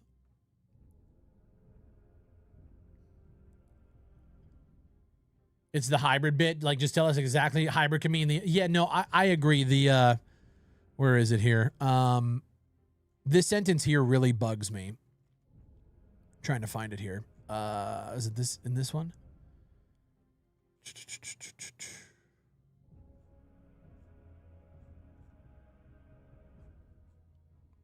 Right here. This is not a return to the tighter matchmaking of recent games. Connection remains a top priority. So that tells me that it's still skill-based matchmaking, but it doesn't necessarily lean as much on skill. Connection, ping. And then they also go in here. Where is it here?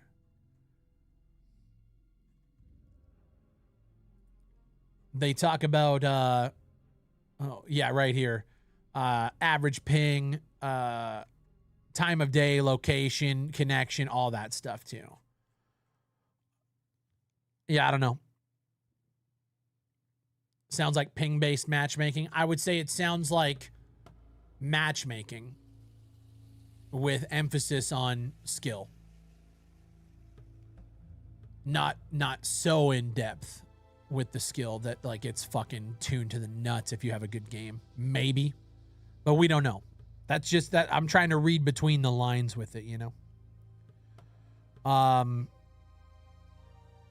just got a DM here on Twitter. Hold on.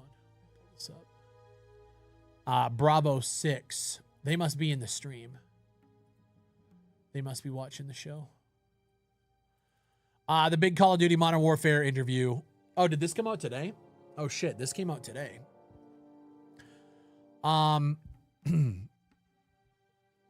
Okay, here we go. Oh, okay, we got some information here, actually. Let me zoom this in. The franchise over the years has been great about trying different things and seeing what works and what doesn't. Something that's really awesome is that they've continued to try things through Black Ops 7, blah, blah, blah. Okay, yap. But on the other side, you have the data of how it's affecting players and how it's affecting quit rates and how it's affecting the health of matchmaking, blah, blah, blah. So what I'm really excited about is we're opening up that window, bringing people along with the effort of making sure that Modern Warfare has the best matchmaking options. I think it's a conversation we'll continue to have. I don't think it's ever going to be a solved system. I can agree with that, actually. I can agree with that. There's always going to be new iterations that can be made. I think at the end of the day, yeah, we want players to be able to play and have fun. I think that we want to also make sure is that they have a variety in their matches. Yeah, that's the big thing, man. I don't always want to pub stomp. I don't always want to be getting my fucking shit pushed in either. And I don't always want to fight like I'm in a fucking esports lobby.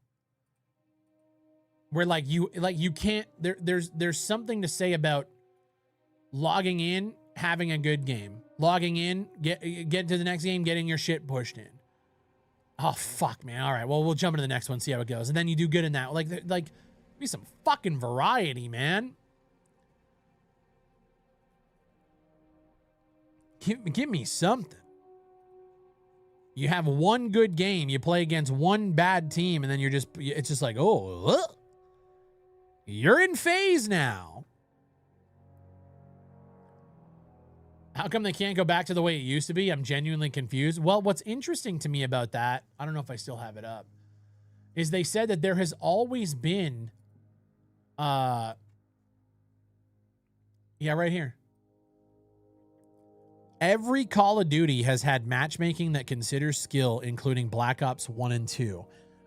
This sentence to me, I'm curious, when you say consider skill, does what's the weight that skill is considered in a game like Black Ops 1 versus a game like Black Ops 6?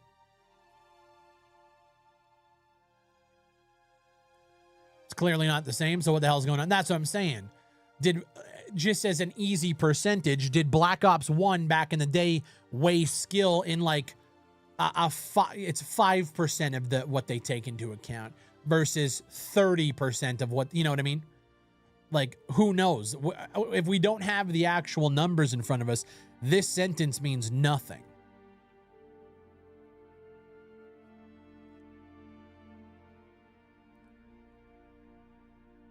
Why do I not buy that? Well, it's because it's an incomplete sentence without the context.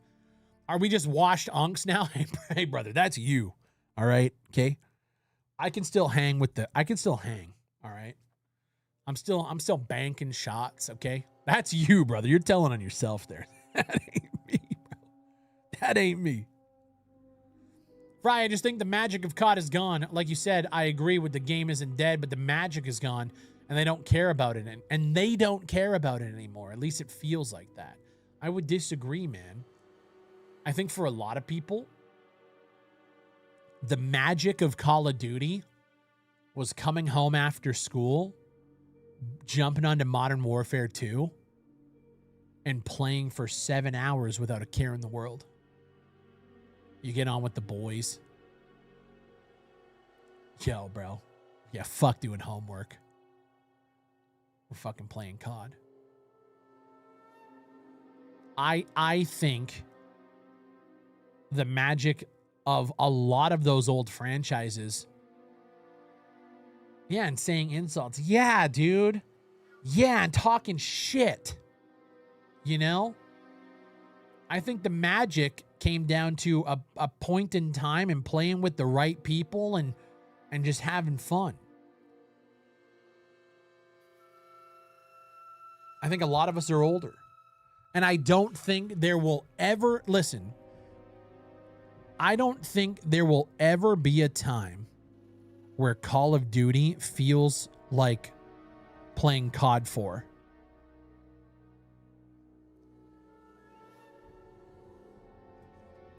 Good point. I did this. Yeah, dude. I think, yeah. Even better getting home from work. Getting home from work, brother. I was getting home from school playing SOCOM 1 and 2. COD 4 was special. It was incredible. Like when you think back to COD 4, you know, the things I remember about Call of Duty 4 were Crossfire, Bog. Even though Bog was a terrible map, it was still awesome. The vibe. Okay, let me show you guys. Let me show you. Cause this is what it's all about, dude. This is what it's all about right here, guys. Pull this up.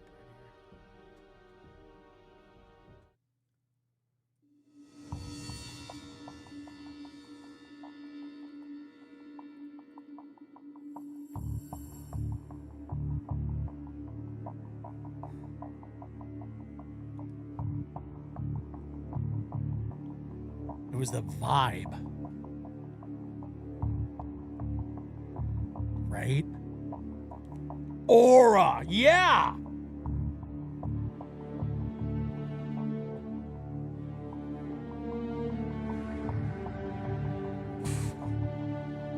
It's the memories. Let's be honest. Now we need the World of War. Dude, World of War sucked. I'm just gonna be honest. COD 4 is better than Modern Warfare 2, 2009. I think COD 4 is goated. Oh, yeah. Yeah. COD 4 was the best Call of Duty of all time.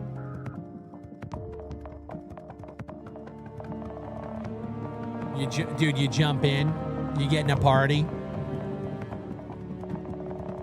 and you let me get my loadout set up. And the loadouts were simple. And the loadouts were simple. The kill streaks were easy. The vibe was immaculate. And it was new. I think another thing we got to think about when it comes to like the magic of old games is, dude, this was the first time that Call of Duty had gone modern.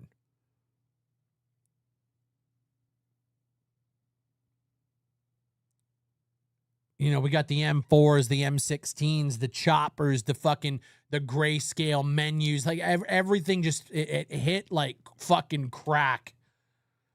Because it was new. We hadn't seen anything like this before. Call of Duty, this is the biggest multiplayer launch for, you know what I mean? It's like, it was a different time. You know?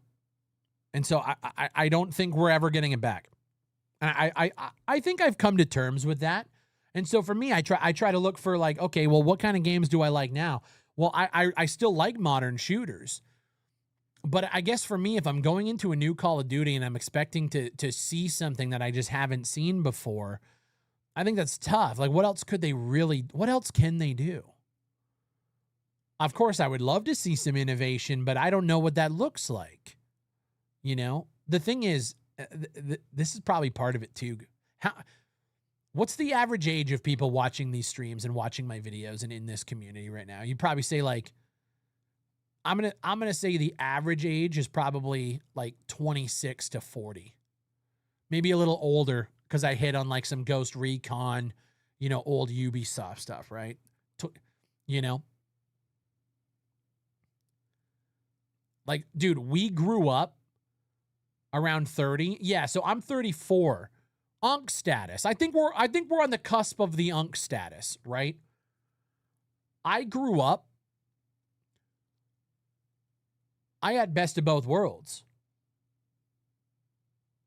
I grew up being outside and not really playing video games.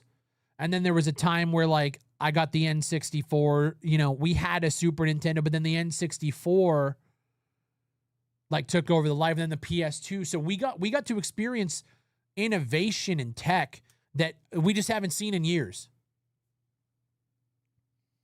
Right? Bro, think about what we got to experience. It was peak. It was peak because we got to go from fucking Super Mario 64 to Call of Duty 4 in a span of a decade. You know? That's crazy. Everything about the fucking culture back then was fucking peak. It was awesome. You know? And so, I don't know. We're never getting it back. I don't think Call of Duty could do anything to bring us back to the golden age of Call of Duty. Because the reason it was the golden age is because we hadn't seen anything like it before. I feel gaming hasn't really evolved since 2013. I feel like gaming hasn't evolved since 2016. Peak World of Warcraft 2004 to 2010. I think Cataclysm was the last great expansion. Yeah. Wrestling was peak. Attitude Era. Facts. Halo 1. Yeah, Halo 01 to 07.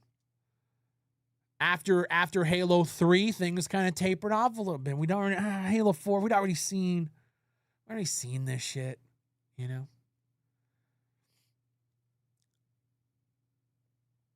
Cartoons were at peak. Music was peak. Did you play Warhawk? I played Warhawk. Yeah, Warhawk was fucking awesome. Warhawk was awesome. Came out in 2007. You know what game sucked? Starhawk. It's like things just changed, man. Gears 1 to 3, baby. I think part of it is they've done everything. They've done everything. We've seen it all. You know? Dude, you could take any IP that started back. Dude, the best Assassin's Creed, I think Assassin's Creed peaked at what? Assassin's Creed peaked, in my opinion, on 2. I think 2 was the best. A lot of people would argue Black Flag, and that's fair. When did Black Flag drop? 2013? 2012? 2013. Tornado with a Twitch Prime. AC3 was awesome. I think the franchise peaked at 2. Borderlands, Fallout 3, 2000. Like, it was the best time.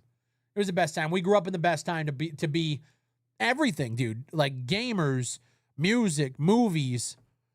They don't make fucking comedies like they used to. Dude, where the fuck is Luke Wilson at? Where's Owen Wilson? Where's Jackie Chan? You know?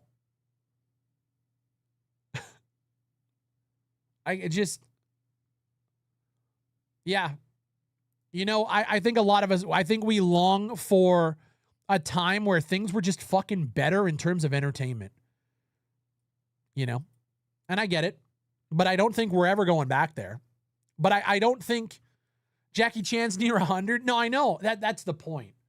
We're not getting it back. We're not getting it back. I miss midnight releases of GameStop. Yeah, you missed the social element of it. Peak Adam Sandler. True. Everything. Dude, you could literally point to everything. Like there, and so here's the thing, dude. There are actors now that I think are carrying that torch forward. There are movies sprinkled in every now and again. It wasn't like it was back then.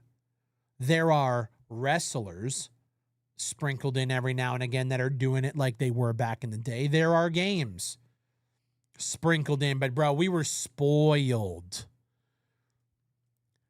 What would you think that a new COD could do to be different? I don't know. I don't know. I don't know if Call of Duty, but here's the thing though, because like, so what I will say is like, I'm a huge fan of bands like Disturbed, Lamb of God, you know, Seether, Stained, like all Divorced Dad rock shit now, right? But even those bands, man, I remember when Disturbed went a little soft, they went a little lighter. Godsmack went a little lighter. And when they changed their tone up, because you can't keep doing the same thing for 30 years, when they switched their tone up, people called them sellouts. Oh, they don't sound as good as they used to. This album ain't as good as 10,000 Fists. The moment you switch up, you're quote unquote abandoning and turning on your fan base.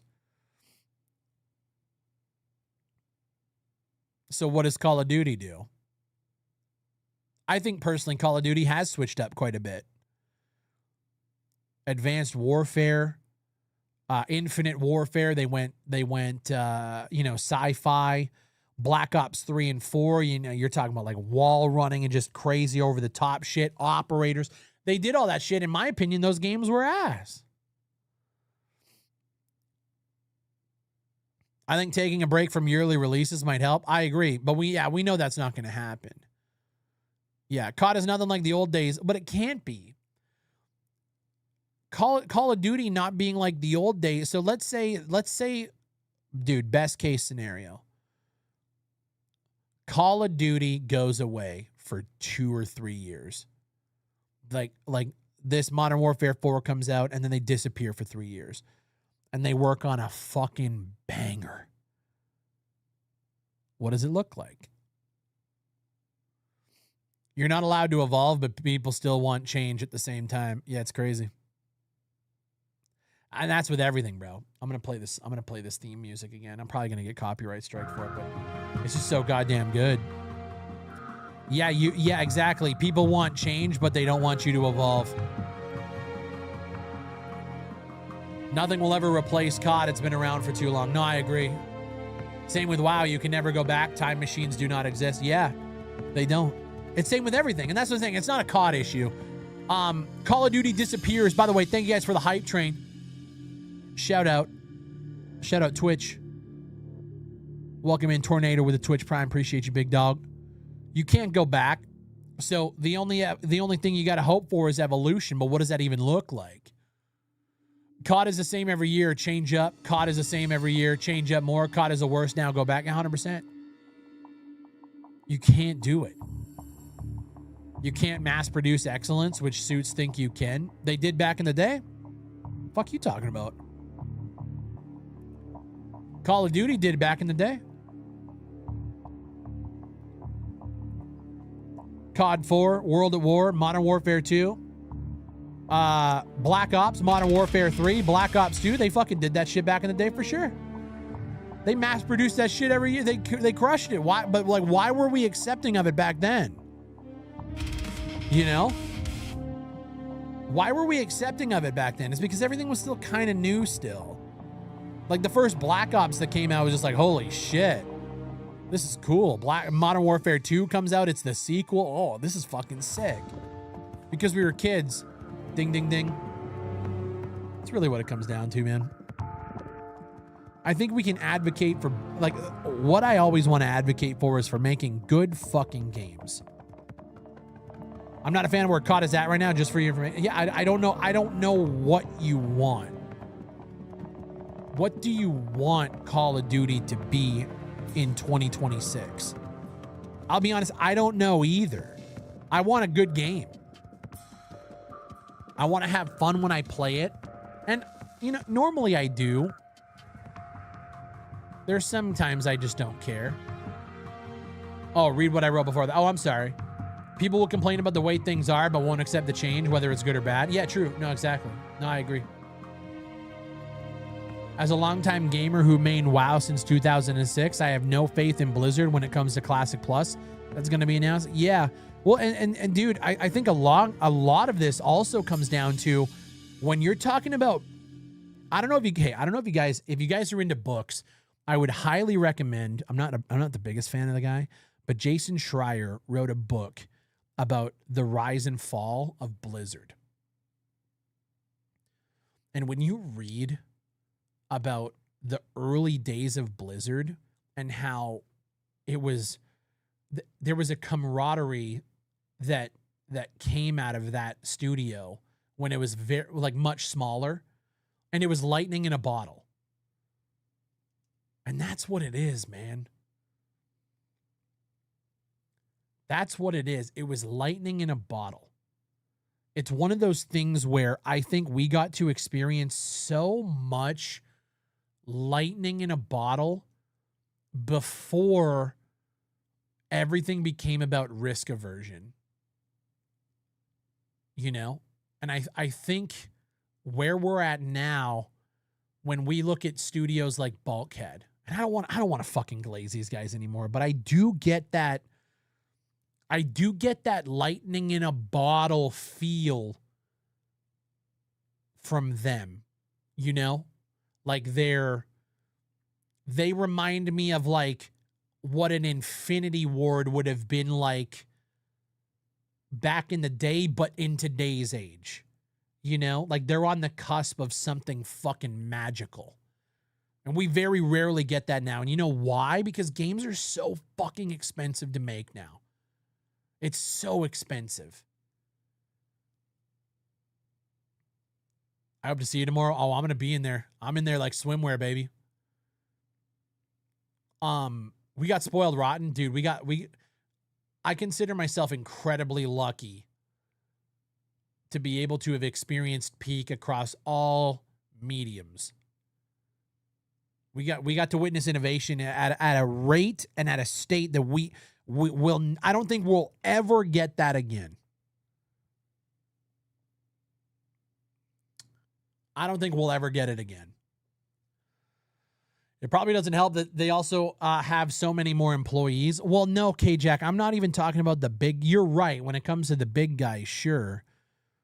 But like, I'm just talking about even like War Dog size or Embark. Like, it's not like we're dealing with thousands and thousands of people, right? Yeah, I think there's, same with Bungie. Yeah, absolutely. You playing the beta, Fry? Oh, absolutely. I'm there. So expensive, you need to sign a deal with the devil. They must suck as a dev creatively. That must suck as a dev creatively.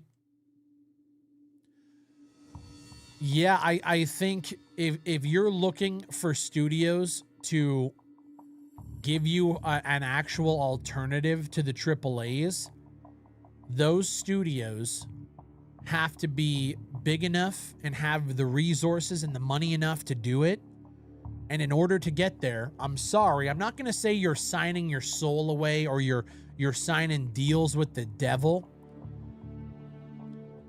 But there's a lot of money that has to go in to making these kind of games.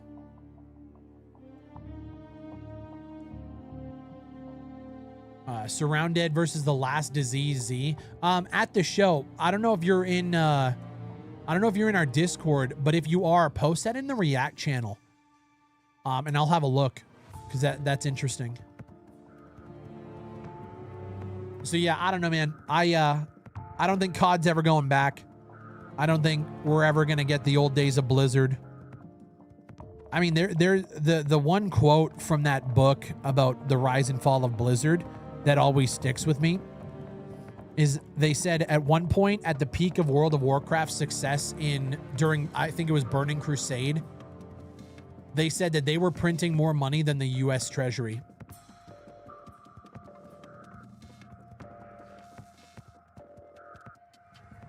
That's one of those lightning in a bottle moments.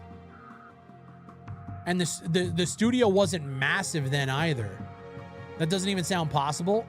They were making so much money that they literally didn't even know what to do with it. Now, that quote might have been an exaggeration at the time, but the simple point is they were making so much fucking money. The original World of Warcraft game was built with 90, I think they said 90 employees. Holy fuck.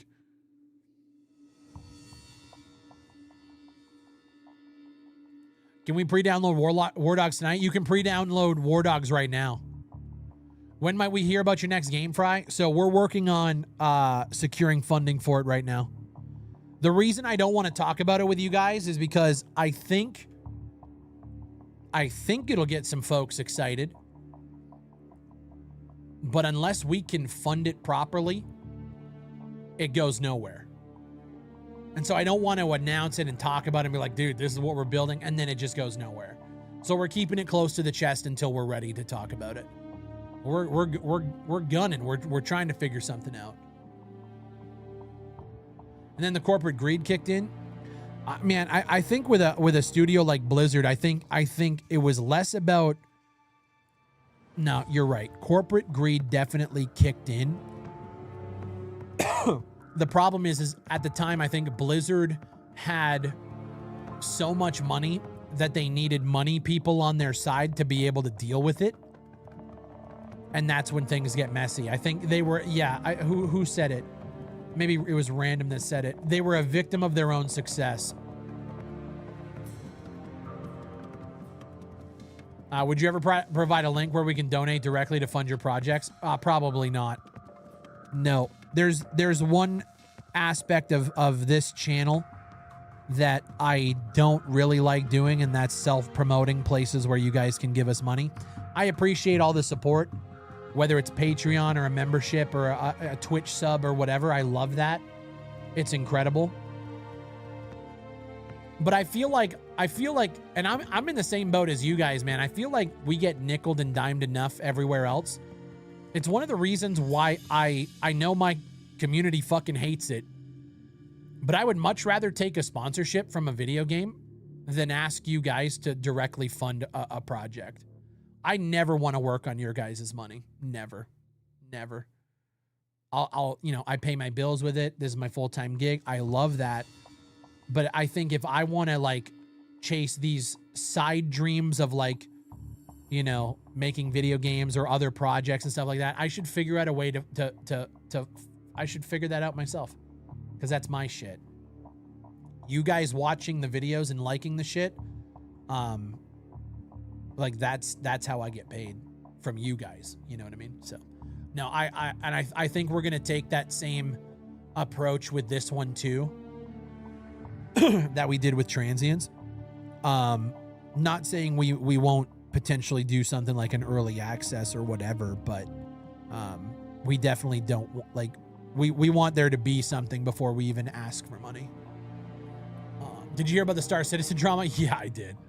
Yeah, that's another thing, dude. I think I would drive myself sick knowing the amount of pressure that I have working on my community's money. I just couldn't do it. There's a risk in doing that. Your fans will later turn on 100%. If you ask people to fund it and then later people say they want their money back if your game is mediocre. Yeah, or even if updates come too long. I now, in my opinion, I'm now at the whim of my audience. And I'd rather just be in that position when it comes to like, I have to make content and make videos and talk about whatever. I like that. I like that. So yeah. You should make a SOCOM style game, bro. Dude, one day I would love that. Shit. I would love that.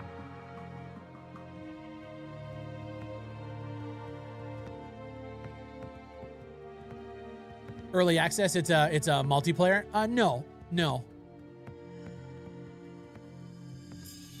You would do it right, I buy it. I mean, that's the thing. Like, dude, multiplayer games now are fucking so expensive, bro.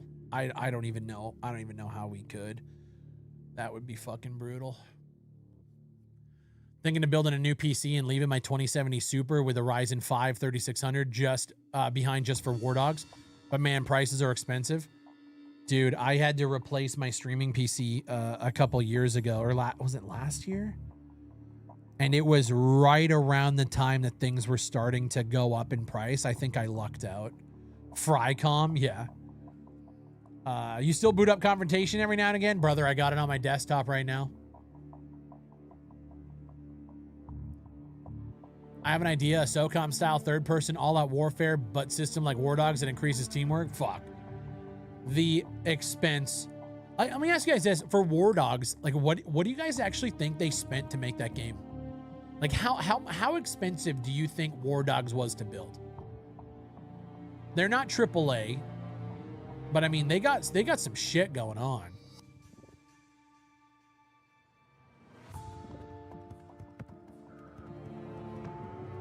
That's why I subscribed to your channel over 3 or 4 years ago, Realist. Yeah, and that's the thing, man. Like, I take a lot of heat for doing sponsored shit, and like, I get it. But it is what it is, man. For me, there's content creators out here that are multi-millionaires promoting fucking, crypto streams on Roobet. And so I sleep well at night. As much shit as I take for it.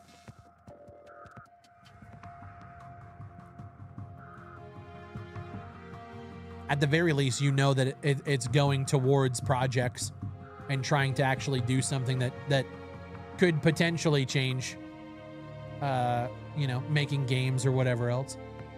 I don't know how much was Battlefield 6. Do we know that? I don't know how much Battlefield 6 was development.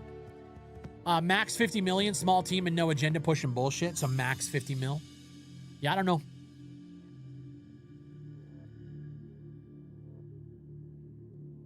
Yeah, I know, Mitch.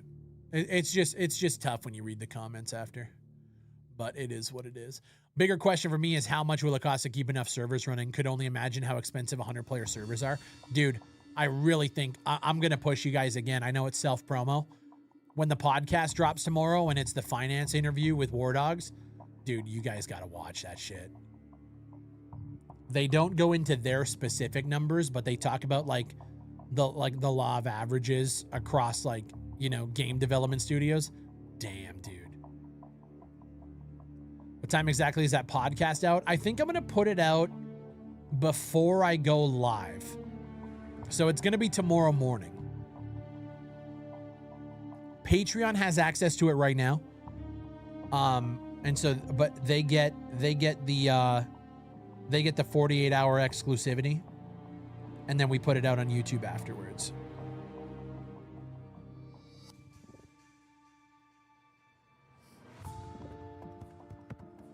Please put it out before beta starts. Yeah, I think I'm going to. I think it's going to go out tomorrow morning. Did you see the latest GTA 6 leaks? Yeah, we talked about that already. Shit's crazy.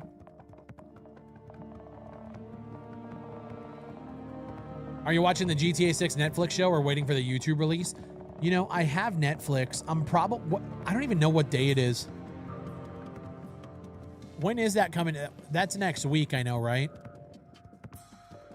Yeah, I have Netflix the 27th.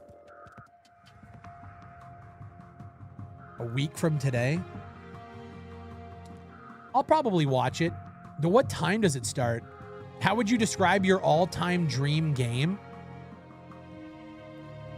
My all-time dream game?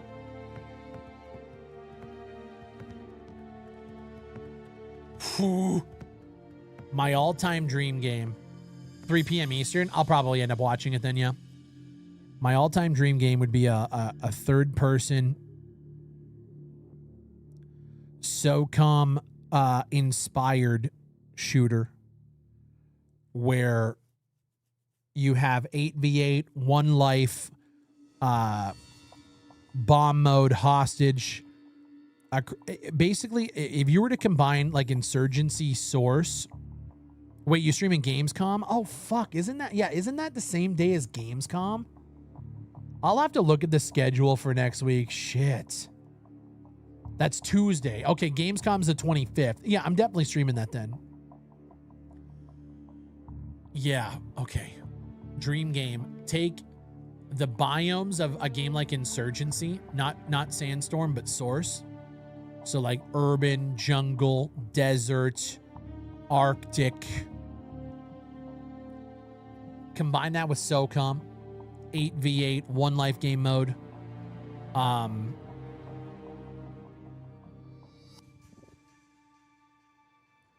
An emphasis on clans, where you have your own player leaderboard rankings, but you also have clans that you create, and you have the ability to challenge within the game to set up wars.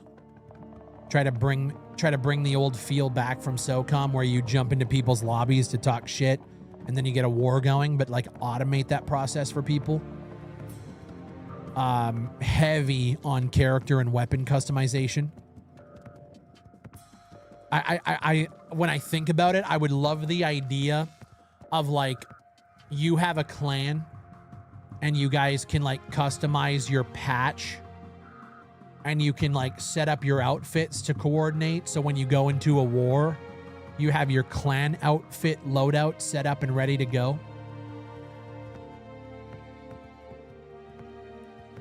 Military, but not so modern that it would be like drones and like, you know, the pseudo future tech. It would have to be set back in like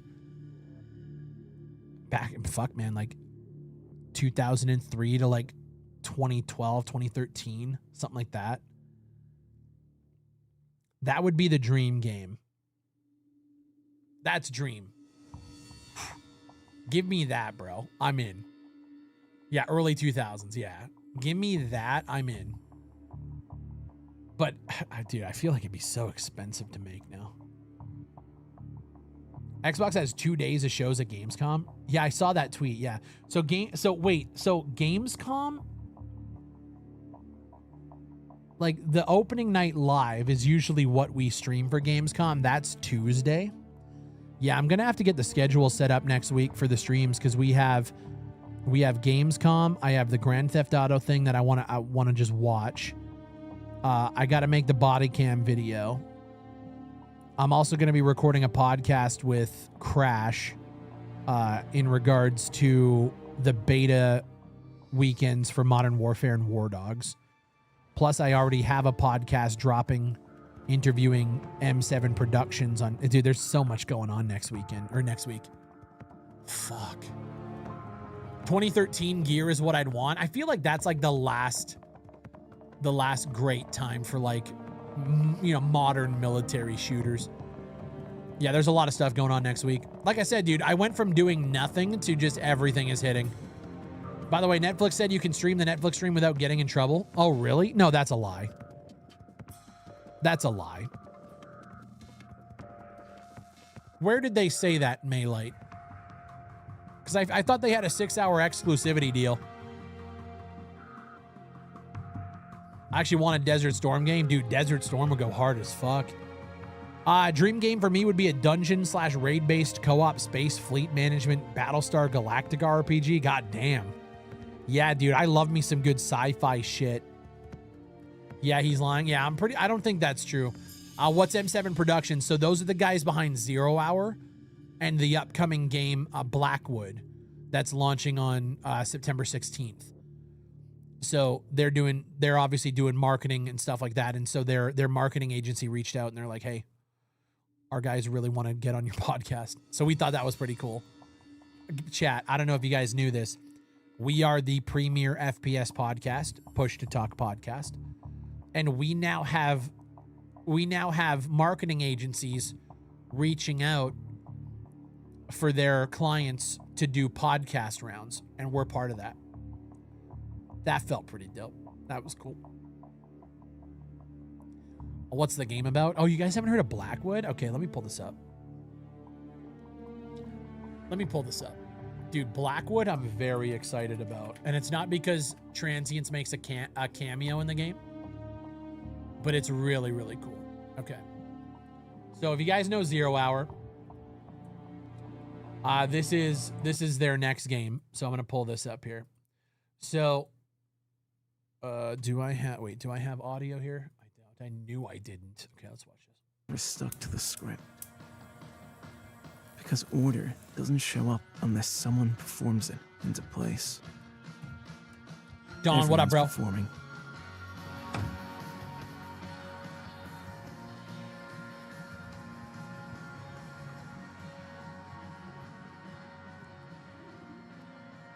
I thought 0 Hour was still in early access. No, 0 Hour has been out of early access for a hot minute. Fuck me, it's got to be a couple of years, right? Hey. 0 Hour is actually, they just announced it's coming to consoles here in the fall. Even the dust is bored. Okay, so how this works, by the way, Transience cameo. I don't know if you guys can see. Transience cameo right here. Also, I'm noticing an Operation Harsh Doorstop cameo there. But if you'll notice, Transience is a higher price. But so how it works is you run a DVD. It's set in 2012. You run a DVD store by day, and you use that to basically have clean money, and then you're a contract killer by night, completing missions. Entertaining? Please don't.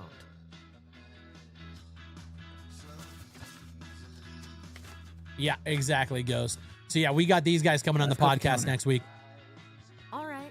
Let's see. Thanks for stopping by. I'm stepping out. Help the counter.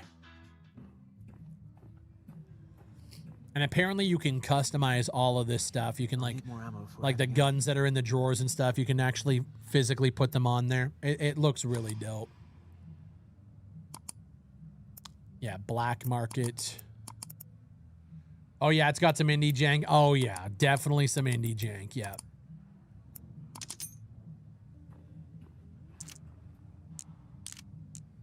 This like UI reminds me so much of 0 Hour though. You can just see it.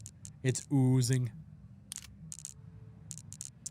Can't believe people from my country are making an open world game. This is not an open world game. I want to stress that. It is not an open world game. But the really cool thing is the DVDs that you have in the store. When you get certain DVDs, your character actually learns the kung fu moves from the DVDs, which is sick. So that's pretty cool. He watches a John Wick movie and he learns a takedown from John Wick. I don't know if this is actually going to show the combat. Yeah, there you go. So it's like third person, Max Payne, John Wick, with like in-depth gun customization. And let me see if the other gameplay is here with like crazy execution takedowns. It's on Unity? Yeah, I think so. Get to the gameplay. Or is this just... Oh, this is just... Oh, here we go. This is just cinematic. I'm just going to skip this. Black. This is old footage, too.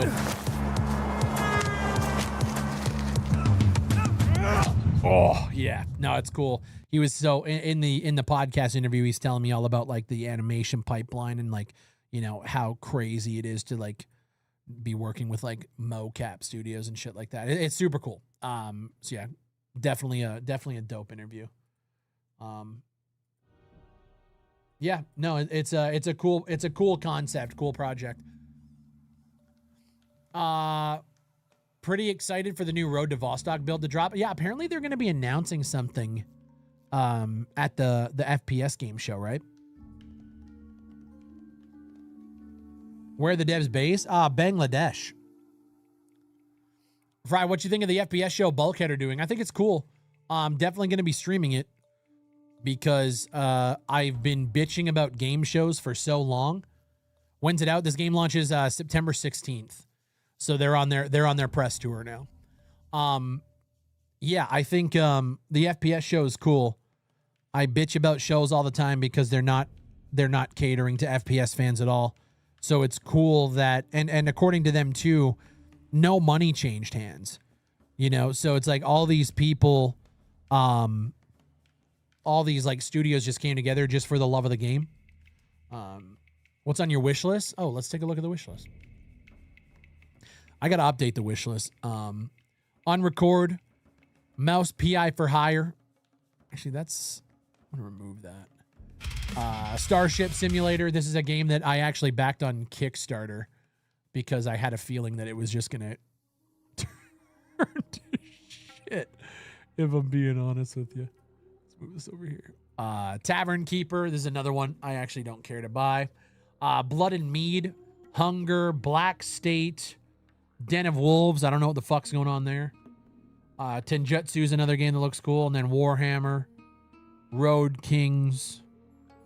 Blackwood, Pal World, Rules of Engagement, Severlink, Deep State, Active Matter, Entropos, Total War, Shadow Glass, Scars of Honor. That's an MMO that's being developed. I don't know how this one's going to turn out. but it looks interesting. Intravenous 3, of course. Great fucking games.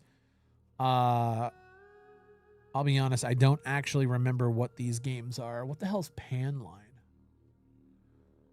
Oh, yeah, right. That was that fucking Mirror's Edge game.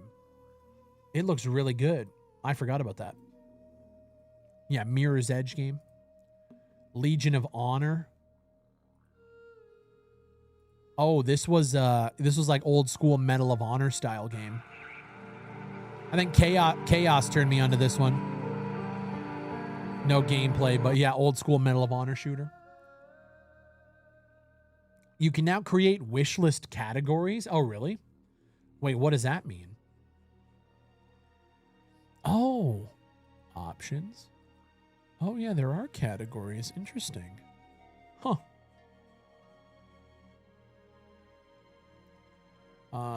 Hell Let Loose Vietnam, Zero Sivert. It's weird that Hell Let Loose Vietnam lets me add to my cart when I already own it. Zero Sivert 2. This game looks fucking crazy. Darklight Survivor. I don't actually remember this one. Oh, yes, I do. Wait, I didn't even realize this game came out. Wait.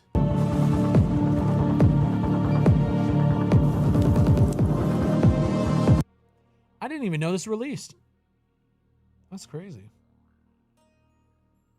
67. Okay, that's pretty good reviews.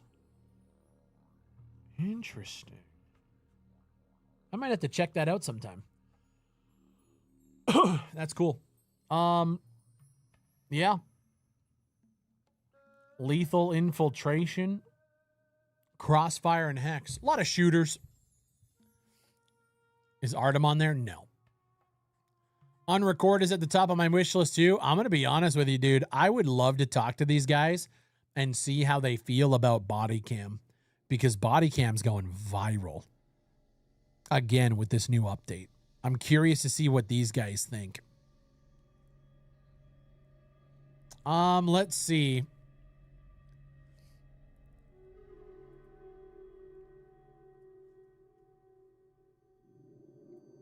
Okay, you're not going to load the website. Let's see. Creators can react to, clip, and break down the Grand Theft Auto 6 extended look the moment it premieres on Netflix. A representative has confirmed. I don't believe that.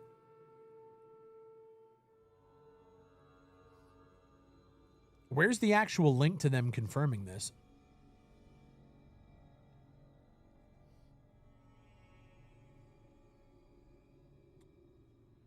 A Netflix representative told journalists, so if I click this, for all content creators worried about Netflix striking the Grand Theft Auto, you're welcome to cover it as you wish, reaction videos, breakdowns, etc. once it's live, a Netflix rep told me. Interesting.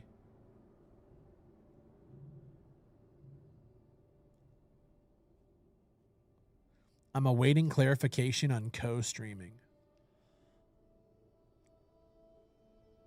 What do I have to gain from lying about this?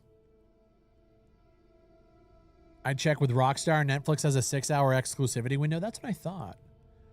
I would love to actually get an official, as much as like I just know shit like this. I would love to see Netflix actually like confirm that publicly somewhere. Kev, thank you for the thank you for the 9 months, Kev. Oh my goodness, what the fuck? Top donor of the day, Don. You generous God. Oh, it's not going to play the Texas speed. Okay, that's cool. He says, love you, man. Keep making amazing content and living your best life. Thank you so much, dude. Damn, look at you. Sheesh. I was told by a guy that I should be rich soon. Yeah, I would love to see Netflix actually say that. Lethal Infiltration actually looks cool. I think if I were to sort this by like what I'm most excited for, I gotta say like a game that I know is going to release, Intravenous 3. Just these games are so fucking good. It's like top down, like Hotline Miami stealth action. Dude, it's killer. If you guys have never played an Intravenous title, you need to, because they're so good. Right in the Venus, dude. I love putting my Venus and things, you know? Yeah, no, these games are fucking sick. Don, thank you so much. That's super generous of you. If they have to deal to let it with a 6-hour window, no way they will let you stream it. Yeah, I don't believe it.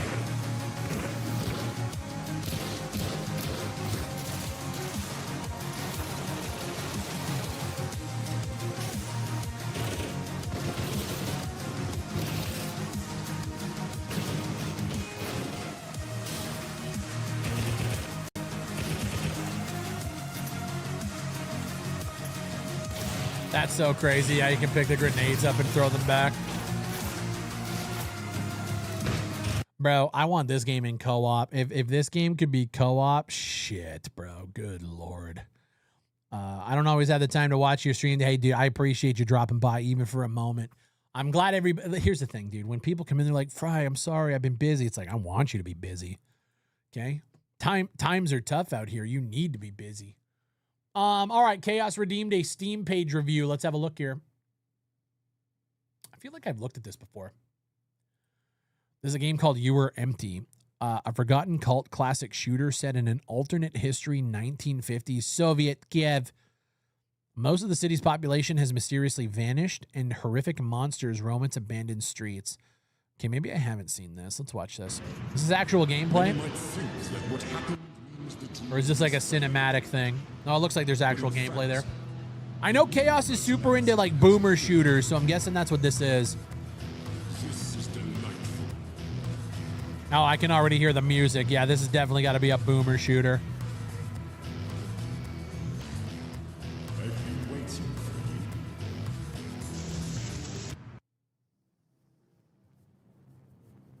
Gameplay?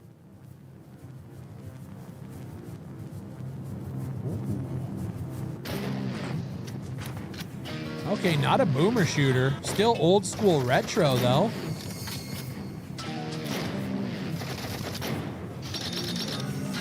Interesting. Restored, rejuvenated, rearmed. Wait, is this like a not a remake, but like a remaster? I've never even heard of this game before. Remaster, re-release? Oh, I've never even heard of the first game. Is this like,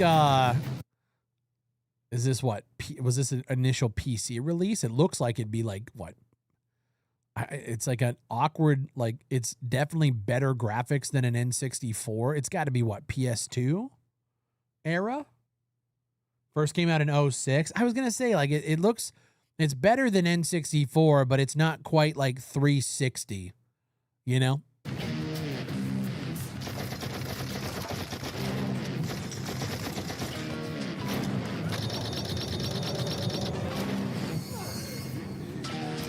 It definitely is interesting. Cool. You Are Empty. First came out in 06. What platforms did it come in? Was it just on PC? You Are Empty. Interesting. Upgraded just in time for the 20th anniversary. Achievements, controller support, full support for all modern resolutions. That's super cool. I like when games do this. How much is it going to be? Do we know? That's sweet. Yeah, it reminds me of like Return to Castle Wolfenstein or a Wolfenstein type game. It was PC exclusive. God, yeah, I've never heard of it. That's cool. Have you seen the update Bodycam is getting? Yes. Video next week on that. Absolutely. Somebody asked Evoke. I think your name, or Evo2K7. Fry, do you reckon War Dogs is going to be one of your go-to shooters moving forward? I'm hoping it will be for me. So, yes. I really want a game that I can hang my hat on. Just like, I'm going to make content on this game. I'm going to play this game. I'm going to have fun with the boys. We're going to play it. My community fucking likes it. When I make content on it, people are excited about it. You know what I mean? I don't want War Dogs to fail. I don't want it to fuck up. I don't want to do any of that shit. That game is Task Force. Mocha, what are you talking about, Task Force? That's what I want. So yeah, I don't know what kind of content I want to make on War Dogs, because I don't just want to be like the news guy for it. I want to actually make videos on it. So yeah, I'm hoping it's gonna go well. Anyone can drop in. That's the big thing for me, Flo. The best part of like the closed alpha weekend was just the fact that like we could be in the Discord. You guys know we're playing. Just come play. You don't have to worry about squad sizes. Just jump in and play. Fucking love that. You think War Dogs is worth getting for a solo player? Thanks. I guess it depends what you look for out of video games. Are you a player who you just want to play by yourself? Okay. I mean, it might not be the greatest thing, but if you're somebody who's a solo player where you will run into your teammates on the battlefield and still engage in, team play, but you're playing by yourself. Yeah. I mean, I think there's a lot of stuff to do there. So I guess it depends on what you're into. If you're a solo player who's not into sniping or long range engagements, you're probably going to have a tough time. If you're just going to go like John War Dogs in with an M4 and think you're going to do anything solo, it's tough. I can see you doing some funny moments or some role play with it. Yeah, I think realistically, I want to do the news stuff, but I also just want to upload like funny moment, crazy moment, just cool gameplay videos on top of it. Yeah, War Dogs is cool. Anti-engagement solo player, not so much. Yeah. Did you also hear about Take-Two losing $2 billion in profits? I mean, that's not what happened. Their stocks dropped.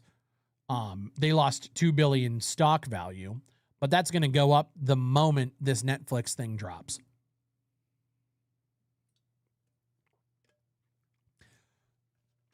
Take-Two stock price is going to go up the moment this Netflix thing drops, and then as soon as the game launches, that number's going straight back to, it's going to skyrocket.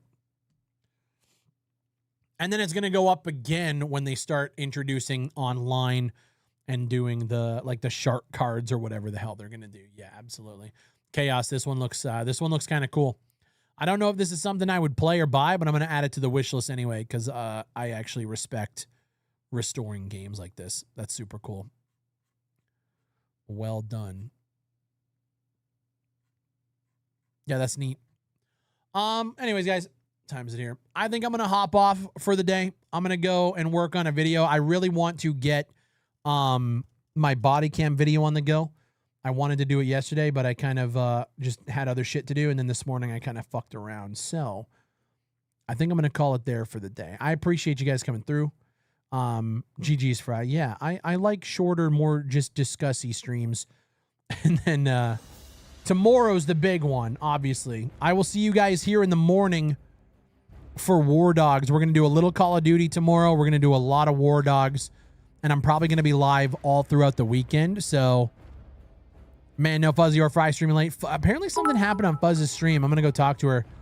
I don't know what went on, but something happened. Anyways, tomorrow I'm going to be live here around, it'll probably be around 12:30 Eastern. A little bit of time before the War Dog servers open up. And then we're getting straight to fucking. All right? I'll see you guys here tomorrow. I might do a giveaway or two. We'll see. No guarantees. Have a great rest of your day. And I'll catch you tomorrow. Peace.